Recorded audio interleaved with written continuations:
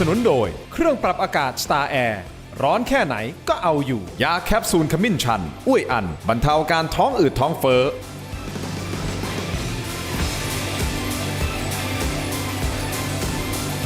สวัสดีครับตอนรับทุกท่านเข้าสู่รายการถกไม่เถียงครับคุณผู้ชมครับประเด็นที่ผมจะถกวันนี้เป็นวาระระดับโลกและวาระระดับชาติเอาระดับโลกก่อนนะครับคุณผู้ชมครับสดๆร้อนๆผ่านมาแค่วัน2วันครับกับเหตุการณ์ที่มีชายอายุ31ปีโปรไฟล์ดีนะฮะเป็นนักเรียนโรงเรียนเป็นระดับวิศวะหัวกะทิของสหรัฐอเมริกาปรากฏว่าบุกเข้าไปที่งานเลี้ยงที่มีผู้สื่อข่าวระดับโลกเนี่ยรวมตัวกันอยู่มากมายเหลือเกินและแน่นอนหนึ่งในคนสำคัญที่สุดในงานเลี้ยงแห่งนี้ก็คือประธานาธิบดีของสหรัฐประธานาธิบดีโดนัลด์ทรัมป์นี่คือภาพบางช่วงบางตอนก่อนที่จะมีเสียงปืนดังขึ้นภายนอกบอลรูมแห่งนี้นะครับนี่ฮะพอเสียงปืนดังขึ้นเสร็จปุ๊บทุกคนก็ตกใจเฮ้ยตกลงมันคืออะไรแล้วมีเสียงปืนดังขึ้นอีกหลายนัดต่อเนื่องนะครับจนสุดท้ายหน่วยอารักขาก็เนี่ยครับบุกเข้ามาเพื่อที่จะดึงตัวประธานาธิบดีโดนัลด์ทรัมป์รวมถึงสตรีหมายเลขหนึ่งท่านเมเลเนียทรัมป์นะฮะรวมถึง JD Vance รองประธานาธิบดีของสหรัฐออกจากพื้นที่ไปนะครับแต่เหตุการณ์ครั้งนี้นะครับเกิดขึ้นกลางดงนักข่าวระดับโลกเพราะว่ามันเป็นงานเลี้ยงคุณผู้ชมครับเขาเรียกว่า White House Correspondents' Dinner ก็คืองานเลี้ยงสมาคมผู้สื่อข่าวสายทำเนียบขาวฮะคิดดูสิฮะในนี้จะมีกล้องกี่ตัวในนี้จะเป็นนักข่าวกี่ท่านแล้วมาเลือกก่อเหตุการณ์ครั้งนี้ในเวลานี้ซึ่งเกิดขึ้นเมื่อวันที่ 25 เมษายนที่ผ่านมาตามเวลาท้องถิ่นคือ 20:35 นาทีที่โรงแรมวอชิงตันฮิลตันนี่แหละครับคุณผู้ชมเป็นเหตุการณ์หลังจากที่เกิดขึ้นแล้วปรากฏว่าชายคนนี้ก็ถูกจับตัวได้เรียบร้อยตรงนั้นเลยนะครับ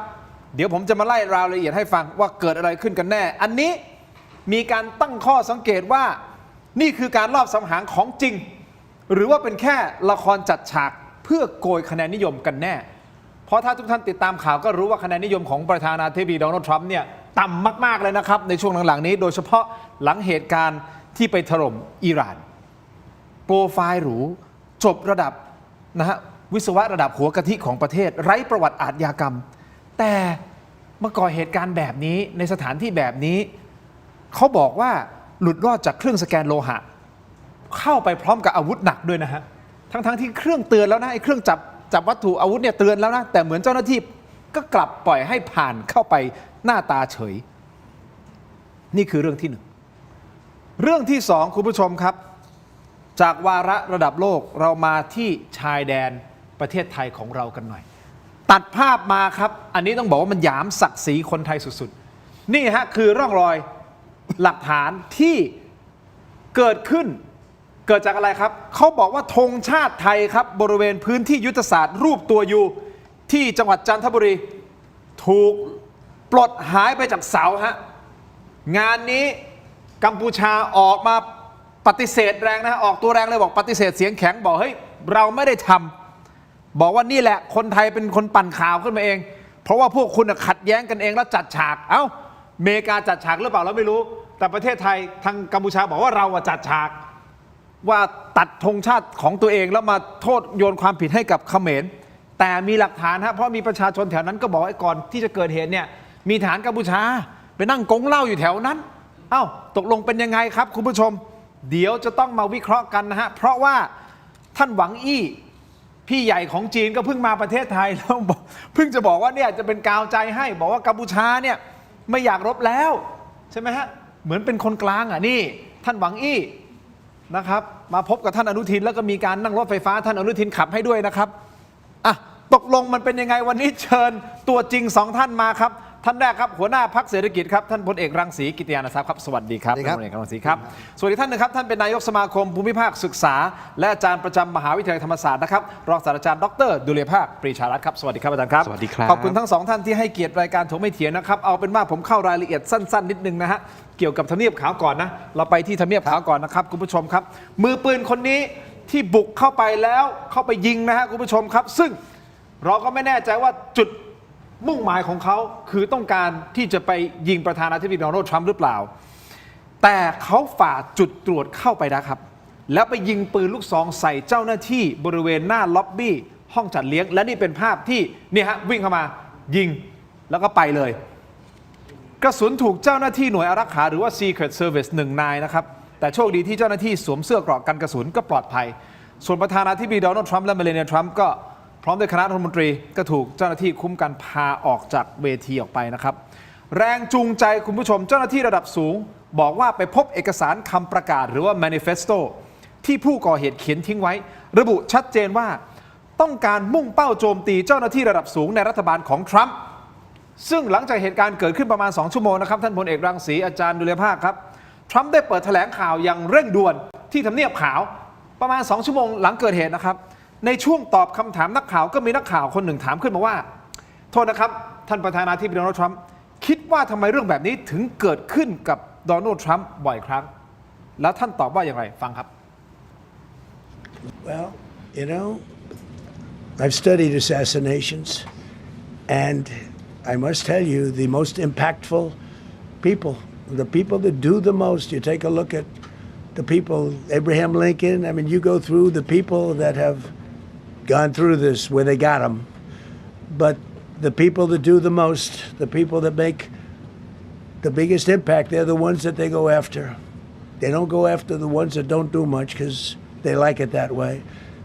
It's a dangerous profession. You know, I tell the story, race car drivers, I think it's very dangerous. So if you take 1% and then take about 10% of 1%, just to break it down very easily, they die. So much less than 1%, 10% of 1%. I think bull riding is very dangerous. If you take about the same, 10% of 1%, much less than 1%. But if you take presidents, it's 5.8%. And about 8% are shot at. So nobody told me this was such a dangerous profession. เป็นอาชีพที่เสี่ยงตายขนาดนี้นะคุณผู้ชมครับต่อก่อนที่ผมจะให้รายละเอียดอื่นๆเดี๋ยวถามท่านพลเอกรังสีก่อนนะครับมีคนตั้งคำถามมาฮะหลายคนโดยเฉพาะสหรัฐอเมริกาเนี่ยก็คือมีการทำความคิดเห็นไปดูโซเชียลนะครับประมาณ 45% ของคนสหรัฐอเมริกาเองเขาคิดว่าเฮ้ยนี่มันคือการจัดฉากในมุมของท่านพลเอกรังสีคิดว่าจัดฉากหรือว่าของจริงฮะที่มันเกิดขึ้นคือเราต้องไล่เหตุการณ์ก่อนว่า คนที่ยิงเนี่ยเขาชื่อโคโทมัสแอลเลนอายุ31 ปีมาจากรัฐแคลิฟอร์เนียครับสองเนี่ยเขาให้สัมภาษณ์ CBS CBS ออกมาว่าเขาไม่ได้มุ่งหมายต่อประธานาธิบดีเขามุ่งหมายกับบุคคลที่ใกล้ชิดกับประธานาธิบดีครับสามเนี่ยเขาวิ่งฝ่าด่านการตรวจที่มี Secret Service ประมาณเกือบ10 คนครับแล้วไอ้ห้องประชุมเนี่ยที่ผมทราบมาอยู่ข้างล่างอยู่ชั้นล่างนะครับซึ่งถ้าเป็นการลอบฆ่าประธานาธิบดีจริงๆผมเชื่อว่าเขาจะไม่ทำวิธีนี้เพราะหนึ่งเนี่ยเขาวิ่งฝ่า Secret Service มาซึ่งมันไม่น่าจะรอดอยู่แล้วนะครับแล้วอาวุธที่เขาใช้เนี่ยคือพกปืนมาพกมีดมาตามข่าวนะครับดูแล้วเนี่ยมันแปลกๆแต่ว่าที่สำคัญคือชายผู้นี้มาจากรัฐแคลิฟอร์เนียถามว่ารัฐแคลิฟอร์เนียมีความน่าสนใจตรงไหนผู้ว่าการรัฐแคลิฟอร์เนียคนปัจจุบันเนี่ยคือตัวเต็งที่จะลงชิงชัยประธานาธิบดีของพรรคเดโมแครต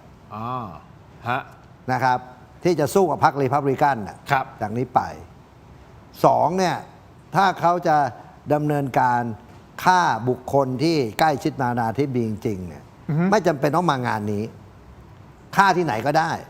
เพราะว่า Secret Service เต็มงานแล้วจริงๆแล้วการรปภประธานาธิบดีเวลาเขาจะจัดงานเนี่ยคุณรู้ว่าสถานที่เนี่ยเขาต้องปิดประมาณ7 วันคือการต้องค้นทั้งบนดาดฟ้าฝ้าเพดานห้องน้ำเนี่ยละเอียดซึ่งโอกาสที่ยากมากแล้วการที่มายิงมาชิดตัวนี่ผมว่าไม่มีทางเลย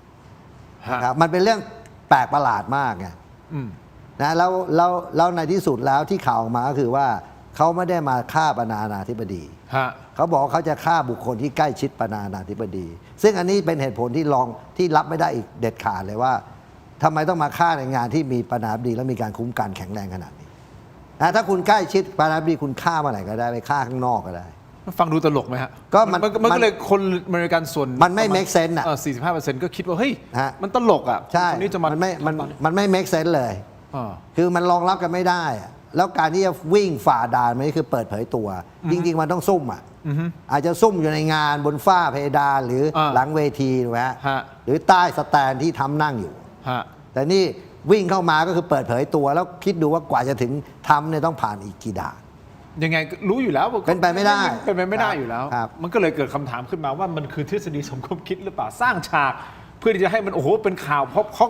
ครองพื้นที่สื่อ 100% เลยนะฮะสำหรับเหตุการณ์ครั้งนี้ถูกต้องไหมอาจารย์โดยภาคมองไงครับในประเด็นนี้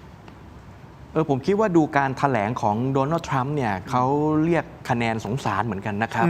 เพราะเขาบอกว่าอาชีพประธานาธิบดีเนี่ยเป็นอาชีพที่มีความเสี่ยง แล้วเขาก็ไปเทียบเคียงกับประธานาธิบดีที่ประสบความสำเร็จนะครับในการบริหารราชการแผ่นดิน หรือว่าทำให้สหรัฐอเมริกาเนี่ยมีความเจริญรุ่งเรืองทรัมป์พูดถึงอับราฮัมลินคอล์นนะครับหรือว่าในประวัติศาสตร์ของสหรัฐอเมริกาก็มีจอห์น F. เคนเนดีนะครับที่สามารถจะต่อสู้กับพลังอำนาจของโซเวียตนะครับในคิวบาอย่างเงี้ยนะครับก็ถูกลอบสังหารทรัมป์พยายามจะเอาตัวเองเนี่ยไปเปรียบเทียบนะครับกับประธานาธิบดีที่เป็นที่รักของคนอเมริกันนะครับแล้วก็เป็นตำนานบุคคลระดับตำนานประสบความสำเร็จในการบริหารรักษาผลประโยชน์ของสหรัฐอเมริกานะครับฉะนั้นเนี่ยก็แม้ว่าเบื้องหลังสาเหตุเนี่ยมันจะเป็นยังไงก็ตามแต่สิ่งที่ทรัมป์เนี่ยกำลังทำเนี่ยก็คือทรัมป์สามารถจะเรียกคะแนนนิยมจะเรียกได้มากหรือน้อยอะไรก็ตามแต่เนี่ยเขาก็พยายามจะพูดในลักษณะที่ว่าตัวเขาเองเนี่ยเสียสละยอมเอาชีวิตเนี่ยไปเสี่ยงนะครับเพราะว่าตำแหน่งนี้มันเสี่ยงจริงๆนะครับแล้วก็อยากจะบอกนิดนึงว่าในระบบการเมืองอเมริกันหรืออีกหลาย ๆ ที่รอบโลกเนี่ยนะครับที่ใช้ระบบประธานาธิบดีต้องเข้าใจว่าประธานาธิบดีเป็นทั้งประมุขแห่งรัฐแล้วก็เป็นหัวหน้าฝ่ายรัฐบาลนะครับแล้วยิ่งสหรัฐอเมริกาเป็นมหาอำนาจทางการเมืองโลกคนที่เป็นประธานาธิบดีคาแรคเตอร์เขาเป็นยังไงลักษณะการตัดสินใจนโยบายเขาเป็นยังไงมันมีผลต่อระเบียบโลกหมดนะครับฉะนั้นเนี่ยตำแหน่งเนี้ยศัตรูจึงเยอะทั้งภายในประเทศนะครับแล้วก็ระหว่างประเทศด้วยนะครับก็ผมก็เลยคิดว่าสิ่งที่โดนัลด์ทรัมป์กำลังประกาศเนี่ยพยายามจะทำให้คนอื่นเนี่ยสงสารเขาแต่ก็อย่าลืมนะครับว่าทรัมป์เนี่ยไม่ว่าจะจัดฉากหรือไม่จัดฉากเนี่ยดวงแข็งเป็นบ้าเหมือนกันหลายรอบนะครับช่วงรณรงค์หาเสียงที่ผ่านมานะครับเขาก็โดนรอบสังหารแต่ว่าเขาก็รอดนะครับอันนี้ก็ถ้ามันเป็นอย่างนั้นจริงๆว่ามีคนมารอบสังหารเขาหรือคณะบุคคลที่อยู่รอบๆแล้วเขาอาจจะโดนลูกหลงเนี่ยแต่สุดท้ายแล้วเขาก็ปลอดภัยนะครับก็ถือว่าเป็นคนที่ดวงแข็งคนหนึ่งด้วยเหมือนกันถ้าจะพูดถึงการรอบสังหารนะครับคุณผู้ชมอันนี้เป็นแฟ้มภาพในอดีตนะฮะใช่ไหมเดี๋ยวผมจะไล่ตอนหาเสียงนะครับที่มีกระสุนลูกนึงเนี่ยเฉี่ยวใบหูไปปุ๊บแล้วก็เลือดไหลแล้วก็เลือดอาบหน้านี่เป็นภาพประวัติศาสตร์อีกหน้าหนึ่งของสหรัฐอเมริกานะครับที่ผู้ที่ลงสมัครหาเสียงเนี่ยแล้วก็จะมีการชูกำปั้นออกมาตอนท้ายๆนะครับนี่ครับเป็นเหตุการณ์ที่ระทึกมากๆนี่คือใกล้เคียงที่สุดแล้วใกล้เคียงที่สุดของการที่เขาจะได้รับบาดเจ็บนะฮะคุณผู้ชมครับนี่ภาพเนี้ยอันนี้แหละฮะมันกลายเป็นประวัติศาสตร์หน้าหนึ่งหน้าสำคัญของสหรัฐอเมริกานะครับแต่ถ้าพูดกันตามตรงนะฮะถ้าเราย้อนดูกลับไปในอดีตนะครับมีประธานาธิบดีของสหรัฐอย่างจอห์น F. เคนเนดีท่านก็ถูกรอบสังหารใช่ครับท่านเสียชีวิตจริงถูกต้องไหมครับอันนั้นรวมถึงมีเหตุการณ์หลายๆเหตุการณ์นะครับอย่างเช่นชาลีเคิร์กนะที่เป็นนักพูดนะฮะอันนั้นเขาก็ท่ามกลางคนเป็นพันนะที่ในมหาวิทยาลัยแล้วก็โดนกระสุนเข้ามาตินลูเทอร์คิงแล้วก็นั้นมาอีกท่านหนึ่งถูกต้องไหมฮะเลแกนก็เลยเกิดคำถามว่าถ้าจะหมายชีวิตของคนหนึ่งจริงๆมาจริงๆมันใช่วิธีแบบที่เขาทำแบบนี้หรือเปล่าซึ่งมันก็ฟังดูแปลกๆนะครับที่วิ่งเข้าไปฝ่าด่านเข้าไปมันก็เลยเกิดทฤษฎีสมคบคิดขึ้นมาคุณผู้ชมครับนักวิเคราะห์ข้อมูลและยุทธศาสตร์สังคมนะครับคุณนัทมงคลนาวินนะครับขออนุญาตเอ่ยถึงท่านนะครับเพราะว่าท่านโพสต์ Facebook วิเคราะห์ผ่านมาตั้งข้อสังเกตความผิดปกติที่ทำให้สังคมเกิดทฤษฎีสมคบคิดหลายประเด็นนะครับแต่มีประเด็นหนึ่งที่เขาบอกว่าจากการมอนิเตอร์กระแสข่าวโซเชียลมีเดียของอเมริกาพบว่าความคิดเห็น 45% กังขาและปักใจเชื่อว่าเหตุการณ์นี้เป็นการจัดฉากกว่า 45% นะกังขาและปักใจเชื่อว่าเหตุการณ์นี้เป็นการจัดฉากนะครับซึ่งจัดฉากไม่จัดฉากมันมีเหตุการณ์บังเอิญสำนักข่าวต่างประเทศเขาตั้งข้อสงสัยนะครับมันบังเอิญหรือเปล่าคุณผู้ชมครับไม่ได้ไร้สาระอะไรนะแต่ผมอธิบายทีละข้อแล้วเดี๋ยวจะเรียนถามทั้งสองท่านนะครับว่าคิดเห็นอย่างไรเริ่มต้นตั้งแต่ก่อนเกิดเหตุมีคำเตือนล่วงหน้าที่เหมือนเป็นการบอกใบ้อะไรหรือไม่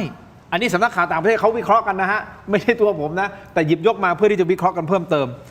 มันสืบเนื่องมาจากโฆษกทำเนียบขาวชื่อว่าแคโรไลน์เลวิตนะครับให้สัมภาษณ์กับ Fox News ก่อนเริ่มงานไม่กี่ชั่วโมงครับบอกว่าคืนนี้จะมีการยิงกันแน่ก็คือ Some shots will be fired tonight in the room ฟังเสียงครับ He is ready to rumble. I will tell you, this speech tonight will be classic Donald J. Trump. It'll be funny. It'll be entertaining. There will be some shots fired tonight in the room. So everyone should tune in. It's going to be really great. I'm looking forward to hearing it. I love it all. And you wrote most of it, you said. I can't take credit. In true Donald Trump fashion, the man puts his pen to the paper himself. So it's a lot of his own work. อาจจะเป็นความบังเอิญหรือเปล่า แต่ใช้คำว่า some shots will be fired tonight นะครับแต่ต่อมาภายหลังนะฮะทางการสหรัฐก็อธิบายบอกว่าคำพูดของคุณแคโรไลน์เนี่ยเป็นการเปรียบเปยถึงสุนทรพจน์ของทรัมป์ที่ดุเดือดและเสียดสีรุนแรง แต่การใช้คำพูดที่มันบังเอิญเป็นลางตรงกับเหตุการณ์กราดยิงมันก็เกิดขึ้นอย่างพอดิบพอดีมันก็เลยทำให้คนก็คิดว่าเฮ้ยนั่นคือหนึ่งละยังมีอีกนะคุณผู้ชมขออนุญาตไปต่อนิดเดียวสั้นๆอีกอันหนึ่งคือความหละหลวมของระบบอารักขาระดับชาติที่เหมือนกับว่าจงใจปล่อยปละละเลยหรือไม่เพราะเป็นไปได้อย่างไรที่ผู้ก่อเหตุสามารถขนทั้งอาวุธปืนลูกซองปืนพกและมีดหลายเล่มเข้าไปในพื้นที่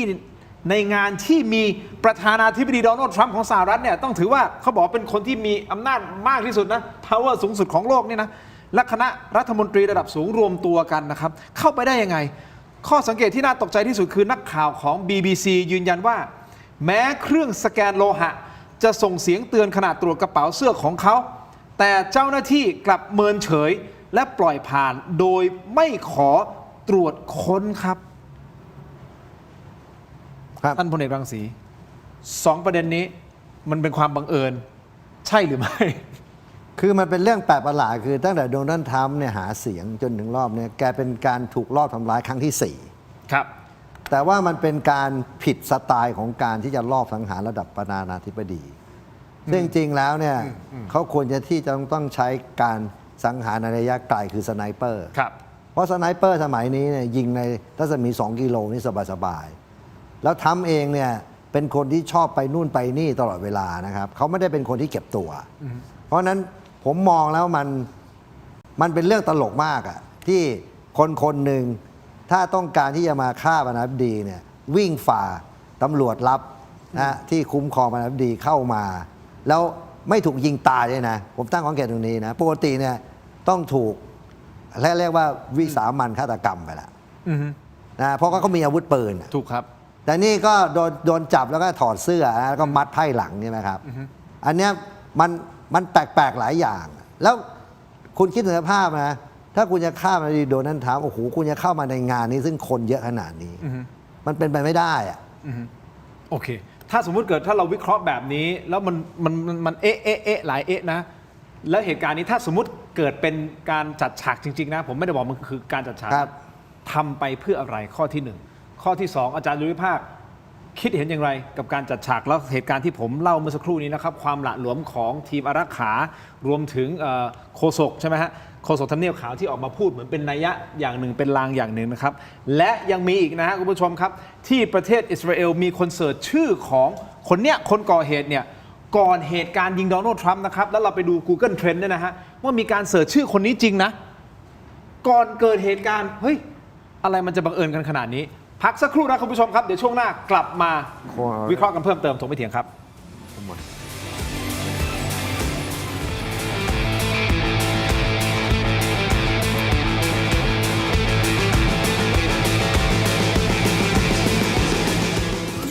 แหนมเนืองไม่ต้องไปถึงถิ่น Thailand Postmart พร้อมเสิร์ฟแหนมเนืองตัวท็อป2แบรนด์ดังการันตียอดขายส่งตรงถึงบ้านคุณแดงแหนมเนืองจากจังหวัดหนองคายและวีทีแหนมเนืองจากจังหวัดอุดรธานีคัดสรรสินค้าตัวท็อปพร้อมเสิร์ฟความอร่อยสดใหม่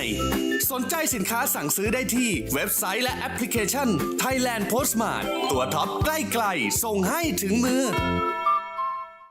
เซียนขจัดคราบประสิทธิภาพพลังแชมป์ผ้าขาวสะอาดรีดง่ายไร้กลิ่นอับกลิ่นหอมถนอมใยผ้าไม่เปลืองแรงขยี้เริ่มต้นที่10 บาทหาซื้อได้ที่ CJ มอ ทุกสาขาส้ม สายน้ำผึ้งจากอำเภอฝางจังหวัดเชียงใหม่คัดเกรดคุณภาพสดจากสวนถึงมือเปลือกบางเนื้อแน่นหวานฉ่ำวิตามินซีสูงสนใจสินค้าสั่งซื้อได้ที่เว็บไซต์และแอปพลิเคชัน Thailand Postmart ตัวท็อปใกล้ๆส่งให้ถึงมือส้มสายน้ำกรอบอร่อยกับโรตีกรอบจิ๋วหอมหวานทานเพลินแค่ฉีกซองก็พร้อมอร่อยแล้วหวานกำลังพอดีคำเดียวไม่เคยพอพิเศษสุดปกติถุงละ49 บาทวันนี้3ถุงเพียง100 บาทต้นตำรับจังหวัดสตูลอร่อยเพลินแถมได้ช่วยชุมชนมีจำนวนจำกัดสั่งซื้อได้ที่เว็บไซต์และแอปพลิเคชันสนับสนุนโดยแอปวันดีคอนเทนต์จริตไทยเพื่อคนไทยดาวน์โหลดได้แล้ววันนี้กลับมากันต่อนะครับถกไม่เถียงครับยังอยู่กับอาจารย์ดุลยภาคนะครับและท่านพลเอกรังสีนะครับคุณผู้ชมครับเดี๋ยวก่อนที่จะไปฟังอาจารย์ดุลยภาคครับมีข้อมูลสั้นๆนิดนึงนะฮะหลังจากเกิดเหตุการณ์นะประธานาธิบดีโดนัลด์ทรัมป์ให้สัมภาษณ์กับ Fox News นะครับบอกว่าผู้ก่อเหตุมีอาการป่วยทางจิตและต่อต้านศาสนาคริสต์นะครับคุณผู้ชมเป็นพวกต่อต้านศาสนาคริสต์นะฮะซึ่งสื่อต่างประเทศก็คือนิวยอร์กโพสต์เปิดเผยข้อความในเอกสาร Manifesto ที่มีการอ้างถึงความศรัทธาในคริสตศาสนานะครับบอกว่าผมไม่ใช่เด็กนักเรียนที่ถูกระเบิดเสียชีวิตหรือเด็กที่อดอยากหรือเด็กสาววัยรุ่นที่ถูกล่วงละเมิดโดยอาชญากรมากมายในรัฐบาลนี้การหันแก้มอีกข้างให้ในขณะที่คนอื่นกำลังถูกกดขี่ไม่ใช่พฤติกรรมของชาวคริสต์แต่มันคือการสมรู้ร่วมคิดในอาชญากรรมที่เกิดขึ้นนะครับซึ่งวลีการหันแก้มอีกข้างให้เป็นวลีหลักในคำสอนของศาสนาคริสต์นะครับแปลง่ายๆก็คือเราไม่ควรอยู่นิ่งเฉยตอนที่ผู้อื่นถูกกดขี่เหมือนกับคนก่อเหตุพยายามจะอ้างเจตจำนงของพระเจ้าในการตัดสินใจลงมือครั้งนี้นะครับแต่ประธานาธิบดีโดนัลด์ทรัมป์บอกว่าเขาต่อต้านศาสนาคริสต์ซึ่งมันกลับกันนะฮะมันงงนิดนึงนะครับคุณผู้ชมครับเอาแหละเป็นสิ่งที่เราก็คงต้องหาคำตอบต่อไปว่าคืออะไรแต่ความหละหลวมของระบบอารักขาระดับชาติทำไมถึงมีการเพิกเฉยต่อการแจ้งเตือนนะครับของเครื่องตรวจโลหะนั่นคือข้อที่1ข้อที่2ก่อนหน้านี้คุณผู้ชมครับมีรายงานยืนยันว่าครอบครัวของผู้ก่อเหตุได้แจ้งตำรวจทันทีที่รับอีเมลจากผู้ก่อเหตุก่อนการลงมือนะฮะจากรายงานข่าวบอกว่าเอกสารนี้ถูกส่งไปหาครอบครัวประมาณ10 นาทีก่อนการเกิดเหตุเอกสารที่เป็นการประกาศนะ manifesto ของเขาอ่ะเหมือนเขาส่งไปให้ครอบครัวก่อน10 นาทีก่อนที่เขาจะลงมือก่อเหตุทางครอบครัวก็เลยรีบแจ้งแต่ปรากฏว่าพอแจ้งไปแล้วก็เหมือนเพิกเฉยไม่ทำอะไรมันก็เลยทำให้คิดว่านี่คือจัดฉากหรือเปล่าอาจารย์ดุลยภาคมองไงฮะในประเด็นนี้ก่อนเลยครับจัดฉากหรือไม่จัดฉากกับเหตุการณ์ทั้งหมดที่ผมเล่ามาผมคิดว่าก็ฟันธงยากนะครับมันก็ต้องใช้ระยะเวลาให้กระบวนการสืบสวนสอบสวนทำงานนะครับกระบวนการพิจารณาทางอาญาแต่ว่าในข้อสังเกตของผมเนี่ยผมคิดว่าถ้าเราดูที่แรงจูงใจดูชีวประวัติสภาวะแวดล้อมนะครับในครอบครัวของผู้ก่อเหตุผมว่ามันก็มีมูลอยู่บ้างนะครับนั่นหมายความว่าตัวผู้ก่อเหตุเนี่ยเป็นครูเป็นนักการศึกษาแล้วก็เป็นผู้พัฒนาเกมด้วยนะครับแล้วก็ซ้อมฝึกปืนอาวุธอยู่เนืองๆเป็นระยะเนี่ยนะครับนั่นแสดงว่าคนที่เล่นเกมมากๆสมมุติว่าเป็นเกมสงครามเกมฆาตกรรมแล้วอยู่ในสังคมที่กดดันหรือว่ามีลักษณะสภาวะจิตใจที่อาจจะก่ออันตรายต่อสังคมได้มันก็อาจจะมีน้ำหนักพอประมาณนะครับว่าคนนี้อาจจะต้องทำลายนะครับบุคคลสาธารณะอะไรต่างๆนะครับแล้วก็อาจจะหมกมุ่นอยู่กับเรื่องนี้นะครับแล้วก็อย่าลืมว่าบุคคลคนนี้นะครับเท่าที่ผมได้ข้อมูลจากทางทำเนียบขาวก็บอกว่าได้เข้าร่วมขบวนการฝ่ายซ้ายนะครับซึ่งมันก็มีกลุ่มบางกลุ่มนะครับที่เป็นสายฝ่ายซ้ายแบบสุดโต่งนะครับแล้วอาจจะไม่พอใจการเมืองแบบขวาจัดของโดนัลด์ทรัมป์นะครับอันนี้ก็อาจจะเป็นไปได้แต่ว่าก็ยังไม่มีน้ำหนักแบบสุดๆนะครับทีนี้ผมก็คิดว่าในเมื่อแรงจูงใจมันก็อาจจะมีมูลอยู่ประมาณหนึ่งและถ้าไปดูวัฒนธรรมของสังคมอเมริกันมันมีการเปิดช่องให้กับการใช้ความรุนแรงในการลอบสังหารผู้นำหรือคณะบุคคลไหมถ้าเราไปดูสถิติที่ผ่านมาผมก็ว่ามีอยู่เป็นระยะนะครับสังคมอเมริกันเนี่ยนะครับก็เปิดช่องให้นะครับปัจเจกบุคคลสามารถครอบครองปืนนะครับครอบครองอาวุธที่ไปทำลายผู้คนได้เยอะแยะเลยใช่ไหมครับแล้วก็วัฒนธรรมแบบโคบานคาวบอยนะครับซึ่งเป็นบ่อเกิดของการก่อรูปรัฐอเมริกันเนี่ยนะครับมันก็มีการยิงการดวลกันเป็นว่าเล่นในเท็กซัสในมลรัฐอื่นๆนะครับผมคิดว่าไอ้ปัจจัยพื้นฐานเหล่านี้มันก็พอจะช่วยตอบได้เหมือนกันว่าสภาวะแวดล้อมของสังคมอเมริกันหรือว่าแรงจูงใจของผู้ก่อเหตุเนี่ยมันก็อาจจะบ่งชี้ว่าจะทำร้ายผ ผู้นำหรือคณะบุคคลระดับสูงของสหรัฐอเมริกาก็เป็นได้นะครับผมก็เลยมองอย่างนี้นะครับ แต่มีอีกประเด็นหนึ่งนะคุณผู้ชมครับเหมือนจากเหตุการณ์ครั้งนี้คุณผู้ชมครับประธานาธิบดีโดนัลด์ทรัมป์นะท่านพลเอกรังสีก็พยายามที่จะผลักดันโครงการที่ตัวเองอยากทำมานานแล้ว หรือเปล่าก็คือโครงการสร้างบอลรูมเป็นบอลรูมลับเพราะหลังเกิดเหตุนะฮะก็เปิดการแถลงข่าวภายใน2 ชั่วโมงแล้วทรัมป์ได้ใช้สถานการณ์นี้เป็นข้ออ้างความชอบธรรมในการผลักดันห้องบอลรูมลับสุดยอดภายในทำเนียบขาวทันทีโดยอ้างว่าโรงแรมสาธารณะภายนอกไม่ปลอดภัยต่อไปแล้วโดยอ้างว่าโรงแรมสาธารณะไม่ปลอดภัยซึ่งต้องสร้างเป็นบอลรูมภายในทำเนียบขาวรับรองในปลอดภัยที่สุดในโลกแล้วซึ่งนักวิเคราะห์ก็มองว่าเฮ้ยไอ้นี่ฉวยวิกฤตเป็นโอกาสตามแบบฉบับของทรัมป์ใช่หรือไม่ท่านบริการวิเคราะห์ตัวนี้นิดนึงมันตลกนะคือใช้เหตุการณ์นี้แล้วก็มาบอกอ๋อนั่นไงเราต้องสร้างแต่ก็เข้าใจว่าโอเคก็อาจจะมันเกิดเหตุการณ์ก็เลยอาจจะคือทำก็เป็นบุคคลนักการเมืองอาชีพที่เขาสามารถพูดได้ทุกอย่างตามสถานการณ์สังเกตดูเลยตั้งแต่สถานการณ์สงครามเศรษฐกิจหรือแม้ทั้งเหตุการณ์ณวันนี้ที่เขาบอกเขาจะจัดงานอีกภายใน30 วันถูกไหมครับแล้วก็ที่สำคัญคือในสมัยทำหนึ่งเนี่ยทำไม่เคยมายอมมางานนี้เลยนะนี่เป็นครั้งแรกนะฮะที่ยอมมางานนี้จัดโดยผู้สื่อข่าวสายทำเนียบถ้าเป็นอย่างนั้นนี่ก็ครั้งแรกเลยแล้วเจอเหตุการณ์นี้เลยถูกต้องครับเพราะนั้นมันเป็นสิ่งที่เขาบอกว่ามันชวนคิดไงว่ามันเกิดอะไรขึ้นกับประเทศสหรัฐซึ่งมีการคุ้มกันผู้นำที่อันดับ1ของโลกแต่ว่านี่ถือว่าหลวมมากแล้วที่หลวมไม่พอผมสงสัยว่าคนที่รอบฆ่าเนี่ยคือโคเนี่ยนะครับถ้าเขาคิดจะฆ่าจริงๆนะเขาไม่มีทางวิ่งฝ่าด่านนะเพราะมันทำอะไรไม่ได้อยู่แล้วไงแต่ทำไมเขาถึงทำอย่างนั้นจะว่าเขาเป็นโรคจิตก็ไม่ใช่เพราะเขาก็เป็นจบวิศวะถูกไหมครับแล้วก็เป็นครูบาอาจารย์ด้วยนะผมว่ามันต้องมีอะไรตื้นลึกหนาบานมากกว่านี้คือมันไม่ใช่เรื่องไอ้แค่ว่าบุกยิงเข้ามาแล้วก็หาว่ามาลอบฆ่าประธานาธิบดีสหรัฐและที่ผมสงสัยข้อคือปกตินะถ้าถืออาวุธแล้วยิงเข้ากับหน่วยคุ้มกันปราบปรามเนี่ยเขายิงกับค่ายเขาเก็บอยู่แล้วเก็บแน่นอนถูกฮะแล้วมีอาวุธพกมาเนี่ยใช่ไหมแล้วยิงเข้าอกของตัว Secret Service เขาไม่เลี้ยงไว้อยู่แล้วฮะเขาต้องวิสามันแน่นอนแต่งวดนี้คือจับโดยละม่อมแบบคนไทยชอบพูดมันน่าแปลกเพราะเราถ้าติดตามข่าวสารของอเมริกาเราก็จะเห็นอยู่บ่อยครั้งนะครับกับประชาชนคนทั่วไปเนี่ยนะฮะตำรวจก็ถ้าสมมติเกิดให้มีอาวุธมาเขายิงเลยเขาไม่มานั่งก็เอานี้ใครที่เคยอยู่ประเทศสหรัฐจะรู้ว่าขนาดว่าตำรวจเรียกเนี่ยมือคุณต้องอยู่ที่พวงมาลัยเลยใช่เพราะตำรวจมันจะเดินแล้วกุมปืนมาแล้วใช่ครับนะเพราะฉะนั้นนี่ไอ้ยิ่งแบบนี้มันยิ่งมีอะไรแปลกๆแล้วมันตรงกับที่ตอนนี้คะแนนนิยมของโดนัลด์ทรัมป์มันตกเยอะมาก36%ใช่ไหมหรือประมาณ30%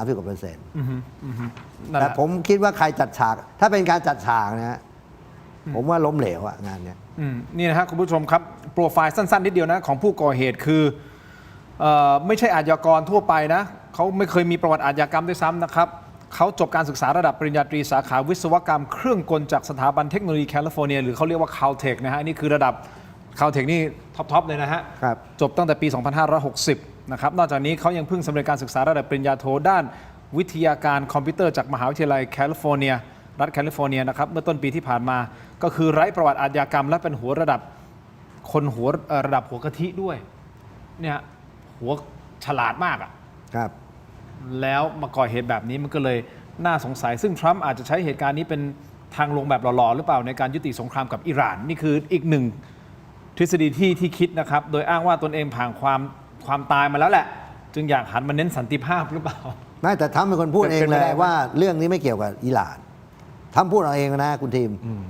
ว่าเรื่องที่เหตุเกิดกันนะไม่เขายืนยันว่าไม่เกี่ยวกันแต่เขาอาจจะใช้เหตุการณ์ครั้งนี้บอกเฮ้ยเรามีสันติภาพกันเถอะเอาแหละอเมริกาเขาประกาศมาตลอดใช่ไหมฮะว่าเขาชนะแล้วสหรัฐชนะแล้วก็อาจจะบอกเอางี้แล้วกันงั้นในเหตุการณ์ครั้งนี้เอาละจบแล้วกันสันติภาพเพื่อที่จะหาทางลงให้แบบหล่อๆหรือเปล่าไม่แล้วจะลงยังไงลงคือสหรัฐถอนตัวออกจากก็คือคุยกันไงที่ปากีสถานใช่ไหมฮะก็วันนี้การประชุมที่อิสลามบัดก็ล้มไปแล้วจบแล้วฮะจากนี้ไปโอกาสสงครามสูงเดี๋ยวก่อนนะผมขอเนี่ยพักสักครู่สั้นๆนิดเดียวนะโอกาสสงครามสูงถูกไหมฮะในมุมของท่านรังสีคิดยังไงอาจารย์วิภาคคิดยังไงนะครับเดี๋ยวเราจะไปที่เรื่องของอิหร่านกับสหรัฐอเมริกานะครับเอาเป็นว่าสมคบคิดหรือไม่สมคบคิดจัดฉากหรือไม่จัดฉากวางไว้ เดี๋ยวเราไปที่อิหร่าน ครับ แล้วเดี๋ยวกลับมาที่ประเทศไทยไปที่ชายแดนครับคุณผู้ชม รูปตัวยูพื้นที่รูปตัวยูของเราธงชาติไทยถูกปลดฮะทางไทยบอกว่ามีหลักฐานมีคนเห็นว่าคนที่ปลดเนี่ยชาวกัมพูชาบอกคนไทยจัดฉากเรื่องนี้ไม่ได้นะฮะหยามศักดิ์ศรีพักสักครู่ครับช่วงหน้ากลับมาติดตามครับ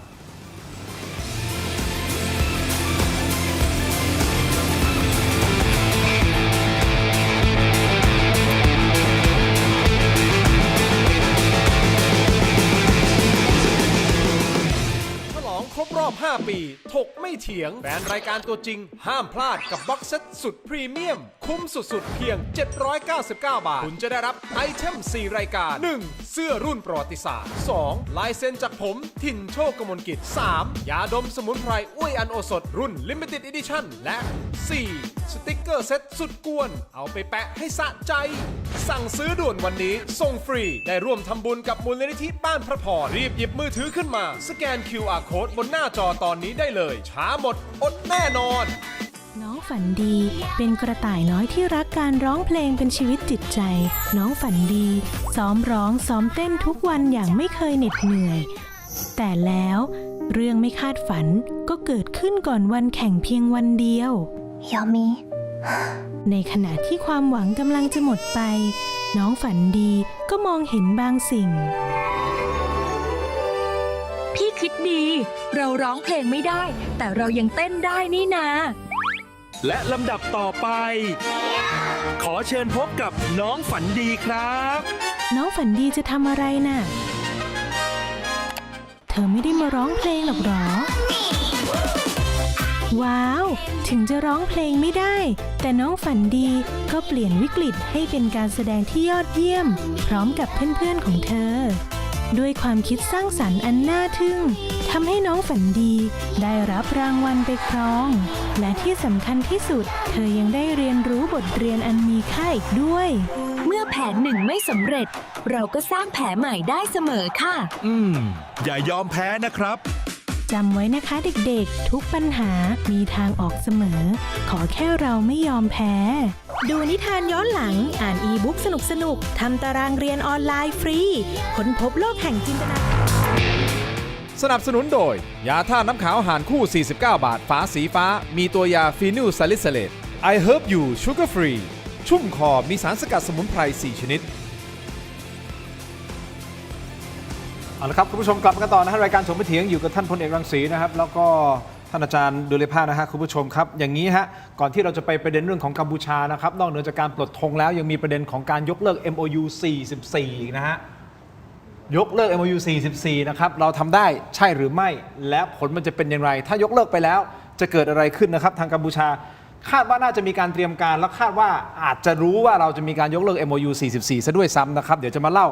รายละเอียดทั้งหมดให้ฟังนะครับแต่ขอนิดเดียวฮะเรื่องของอิหร่านนะฮะคุณผู้ชมครับคือมันพอเหมาะพอเจาะหรือเปล่านะครับก่อนเกิดเหตุการณ์รอบยิงในครั้งนี้นะครับของประธานาธิบดีสหรัฐโดนัลด์ทรัมป์ท่านโดนัลด์ทรัมป์มีการยกเลิ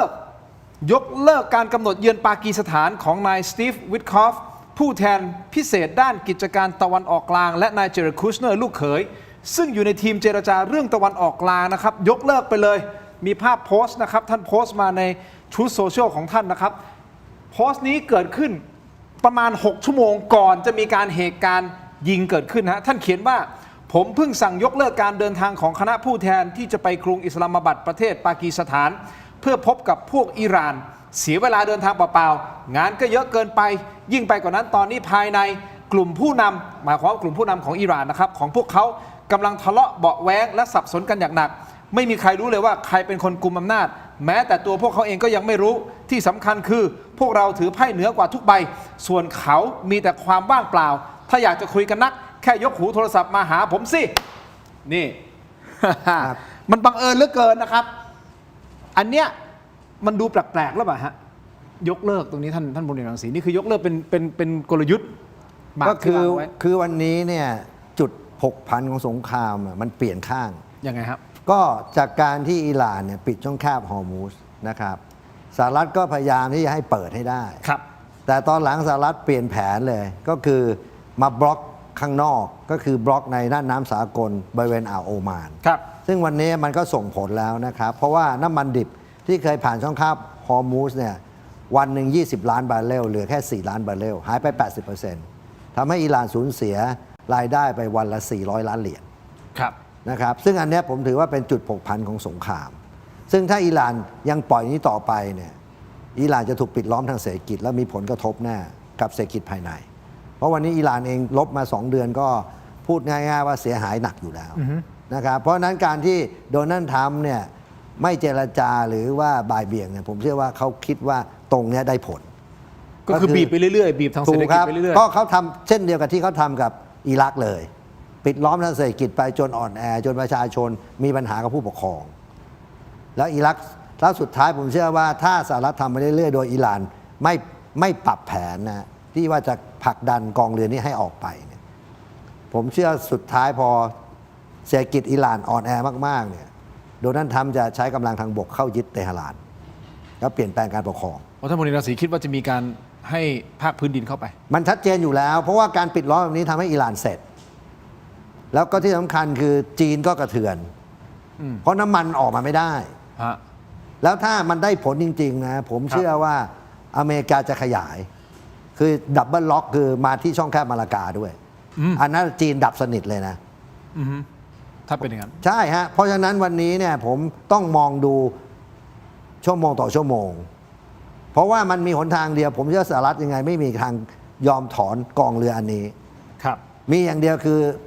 อิหร่านต้องผลักดันกองเรือนี้ออกไปการที่อิหร่านผลักดันกองเรือนี้ออกไปก็มีวิธีเดียวคือโคลัมชา4ที่โชว์กลางกรุงเตหะรานนั่นแหละผมว่าเป็นไปได้แล้วมันจะเกิดยุทธนาวีแตกหักกันที่มหาสมุทรอินเดียซึ่งเราไม่อยากเห็นภาพนั้นเกิดขึ้นใช่ครับแต่ว่ามันเป็นหนทางเดียวที่อเมริกาจะรักษาอิทธิพลในตะวันออกกลางได้อาจารย์ดุภาคคิดเห็นไงประเด็นนี้ครับผมค่อนข้างเห็นด้วยกับพี่รังสีนะครับแล้วก็ผมขออภัยด้วยที่อาจจะพูดให้ข้อมูลสหรัฐมากไปนิดนึงนะครับก็กลัวแฟนๆบอกว่าผมอาจจะไม่เชียร์อิหร่านอะไรอย่างเงี้ยนะครับแต่ว่าดูจากรูปทรงตามที่พี่รังสีวิเคราะห์เนี่ยแล้วจากสถานการณ์จริงเนี่ยเราต้องตระหนักรับรู้ไว้หน่อยว่าสหรัฐอเมริกาเป็นมหาอำนาจที่ถนัดในเรื่องการปิดล้อมมากนะครับในช่วงต้นสงครามเย็นเนี่ยด็อกทรินหรือหลักการยุทธศาสตร์ของสหรัฐอเมริกาโดยประธานาธิบดีทรูแมนมันว่าด้วยเรื่องของการปิดล้อมโดยเฉพาะนะครับสหรัฐอเมริกาตั้งฐานทัพลอยน้ำสหรัฐอเมริกามีกรรมวิธีหลากหลายเพื่อจะสกัดกั้นตึงคอมมิวนิสต์ให้อยู่กับที่แล้วมันก็ทำให้โซเวียตเนี่ยถึงกับพ่ายแพ้สหรัฐอเมริกาปัจจัยหนึ่งก็เพราะว่าการปิดล้อมของสหรัฐอเมริกานะครับนี่อิหร่านเองก็กำลังจะถูกปิดล้อมถูกทอนกำลังจนอิหร่านอยู่ในสถานการณ์ที่อาจจะง่อยเปรี้ยนะครับหมดแรงนะครับพลังทางเศรษฐกิจถูกบล็อกใช่ไหมครับแล้วก็แนวชายหาดพื้นที่ทางชายทะเลมันถูกสหรัฐเนี่ยนะครับกินแล้วก็โอบล้อมอย่างเต็มที่เลยทีเดียวนะครับฉะนั้นเนี่ยมันมีความเสี่ยงเหมือนกันว่าถ้าสถานการณ์มันได้ที่อิหร่านอ่อนแรงแล้วเนี่ยอย่างที่พี่รังสีว่าเนี่ยนะครับเรื่องของการส่งพลรบบุกภาคพื้นดินนะครับหรือพิชิตกรุงเตหะรานเนี่ยบางคนอาจจะบอกว่ามันเกิดขึ้นได้ยากนะครับแต่ว่าสหรัฐอเมริกาเขาก็ไม่ใช่ว่าเอากำลังคนเนี่ยไปบุ่มบ่ามเข้าไปบุกรุกหรอกครับเขาก็จะจัดการนะครับบีบรัดทอนกำลังอิหร่านให้อ่อนแรงแล้วอาจจะมีอาวุธหนักนะครับถ้าเจรจาล้มเหลวนะครับอาจจะเอาอาวุธหนักเนี่ยฟาดนะครับในโครงสร้างพื้นฐานของอิหร่านเพิ่มเติมมากขึ้นอันนี้ก็เป็นไปได้นะครับฉะนั้นผมก็คิดว่าณวันนี้สหรัฐอเมริกาเล่นเกม1เกมปิดล้อมนะครับและ2เนี่ยถ้าอิหร่านถูกทอนกำลังแล้วสหรัฐได้เปรียบนะครับสหรัฐก็จะใช้วิธีถ่วงดุลอำนาจนอกชายฝั่งการถ่วงดุลอำนาจนอกชายฝั่งก็คือว่าเดี๋ยวขอคุมเชิงก่อนเอาเรือรบเนี่ยมาล้อมนะครับเพื่อไม่ให้อิหร่านเนี่ยเคลื่อนไหวทางยุทธศาสตร์ได้สะดวกนักนะครับแล้วพอจังหวะเหมาะเนี่ยถึงจะเอากำลังไปวางบนฝั่งใช่ไหมครับแต่ว่าถ้าจังหวะไม่เหมาะเนี่ยเขาก็จะปิดล้อมอยู่ตรงนี้แล้วก็ถ่วงดุลนอกชายฝั่งอย่างไรเสียไม่มีทางถอนกำลังออกจากภูมิภาคเปอร์เซียแล้วก็ตะวันออกกลางแน่นอนบีบไปเรื่อยๆแน่นอนใช่ครับใช่ครับคือกลยุทธ์เนี่ยเขาเรียกว่า containment นะครับคือการปิดล้อมสกัดกั้นซึ่งมันสหรัฐถนัดตั้งแต่ยุคสงครามเย็นมาแล้วนะครับแล้วทำสำเร็จแทบจะทั้งหมดเลยนะครับแล้วว่าผมก็ไม่คิดว่าอิหร่านเนี่ยจะใช้ยุทธวิธีแหวกวงล้อมได้อย่างสำเร็จนะครับเพราะว่าตัวช่วยที่อิหร่านหมายมั่นปั้นมือเนี่ย1คือรัสเซียปรากฏว่ารัสเซียขนอาวุธยุทโธภัณฑ์ผ่านเรือรบเนี่ยมาที่ทะเลสาบแคสเปียนนะครับพอลงขอบน้ำแคสเปียนเนี่ยมันจะเข้าเตหะรานได้แต่ข่าวเมื่อไม่กี่สัปดาห์ก่อนนะครับอิสราเอลได้ใช้อาวุธเนี่ยยิงทำลายนะครับการมุ่งหน้าของเรือรบรัสเซีย ทำให้ตัวช่วยตรงนี้ที่มาช่วยเตหะรานเนี่ยมันน้อยลง ส่วนจีนเองนะครับจะเข้ามาช่วยนะครับอิหร่านก็ปรากฏว่าอย่างพี่รังสีว่าเนี่ยก็มีทัพของสหรัฐอเมริกาเนี่ยบล็อกอยู่ตรงอ่าวโอมานนะครับแล้วก็ปากช่องแคบฮอร์มุซซึ่งมันก็ยากสำหรับจีนอีกฉะนั้นผมก็คิดว่าอิหร่านก็อยู่ในสถานการณ์ที่ยากลำบากเพียงแต่ว่าของดีของอิหร่านอย่างหนึ่งนอกจากขีปนาวุธยุทโธศาสตร์ที่ว่ามามันคือการระดมพลและแต่งพลรบออกมานะครับหมายถึงทั้งทหารประจำการกับทหารที่พร้อมรบที่มีจิตใจรักมาตุภูมิเนี่ยจัดกำลังได้เกิน1 ล้านอยู่แล้วซึ่งมันก็ไม่หมูเหมือนกันนะครับที่สหรัฐอเมริกาจะพิชิตได้อย่างรวดเร็วแต่ว่าสหรัฐอเมริกาก็ใช้วิธีนวดบีบไปเรื่อยๆอย่างเงี้ยนะครับนี่คือการวิเคราะห์ของสหรัฐอเมริกานะครับกับอิหร่านในช่วงนี้คุณผู้ชมสแกน QR Code หน้าจอด้วยนะครับไปที่ YouTube ของเราเทโรดิจิทัลนะฮะ Facebook ถกไม่เถียงไปต่อกันในออนไลน์คุณผู้ชมครับเวลาทางทีวีหมดลงแล้วแต่ผมให้ข้อมูลอย่างนี้ก่อนนะครับกลับมาที่ประเทศไทยที่ประชุมของสมช.มีมติให้ยกเลิก MOU 2544 ก็คือ MOU 44 โดยมอบหมายให้กระทรวงการต่างประเทศนำเสนอเข้าครม.นะครับและแจ้งให้กัมพูชาทราบโดยไม่ต้องรอความเห็นชอบจากกัมพูชานะฮะเราสามารถยกเลิกได้นะครับจากนั้นก็ใช้กลไกของอนุสัญญาสหประชาชาติว่าด้วยกฎหมายทะเลฮะใช้ตัวนี้แทน MOU 44 ไม่ต้องละยกเลิกแล้วทั้งสองท่านคิดเห็นอย่างไรกับ move นี้ของประเทศไทยทำได้จริงหรือไม่เป็นประโยชน์ของเรามากน้อยแค่ไหนและเราต้องระวังอะไรรวมถึงการปลดธงชาติของไทยนี่เป็นการหยามศักดิ์ศรีไม่รู้นะฮะตอนนี้กัมพูชาเขาเตรียมการอะไรอยู่นะครับแต่เข้าใจว่าเขาเตรียมการเพื่อปฏิบัติการอะไรบางอย่างเราไปต่อกันในออนไลน์สำหรับทีวีนะครับขอบคุณทั้งสองท่านครับเจอกันในออนไลน์ถกไม่เถียงครับสวัสดีครับ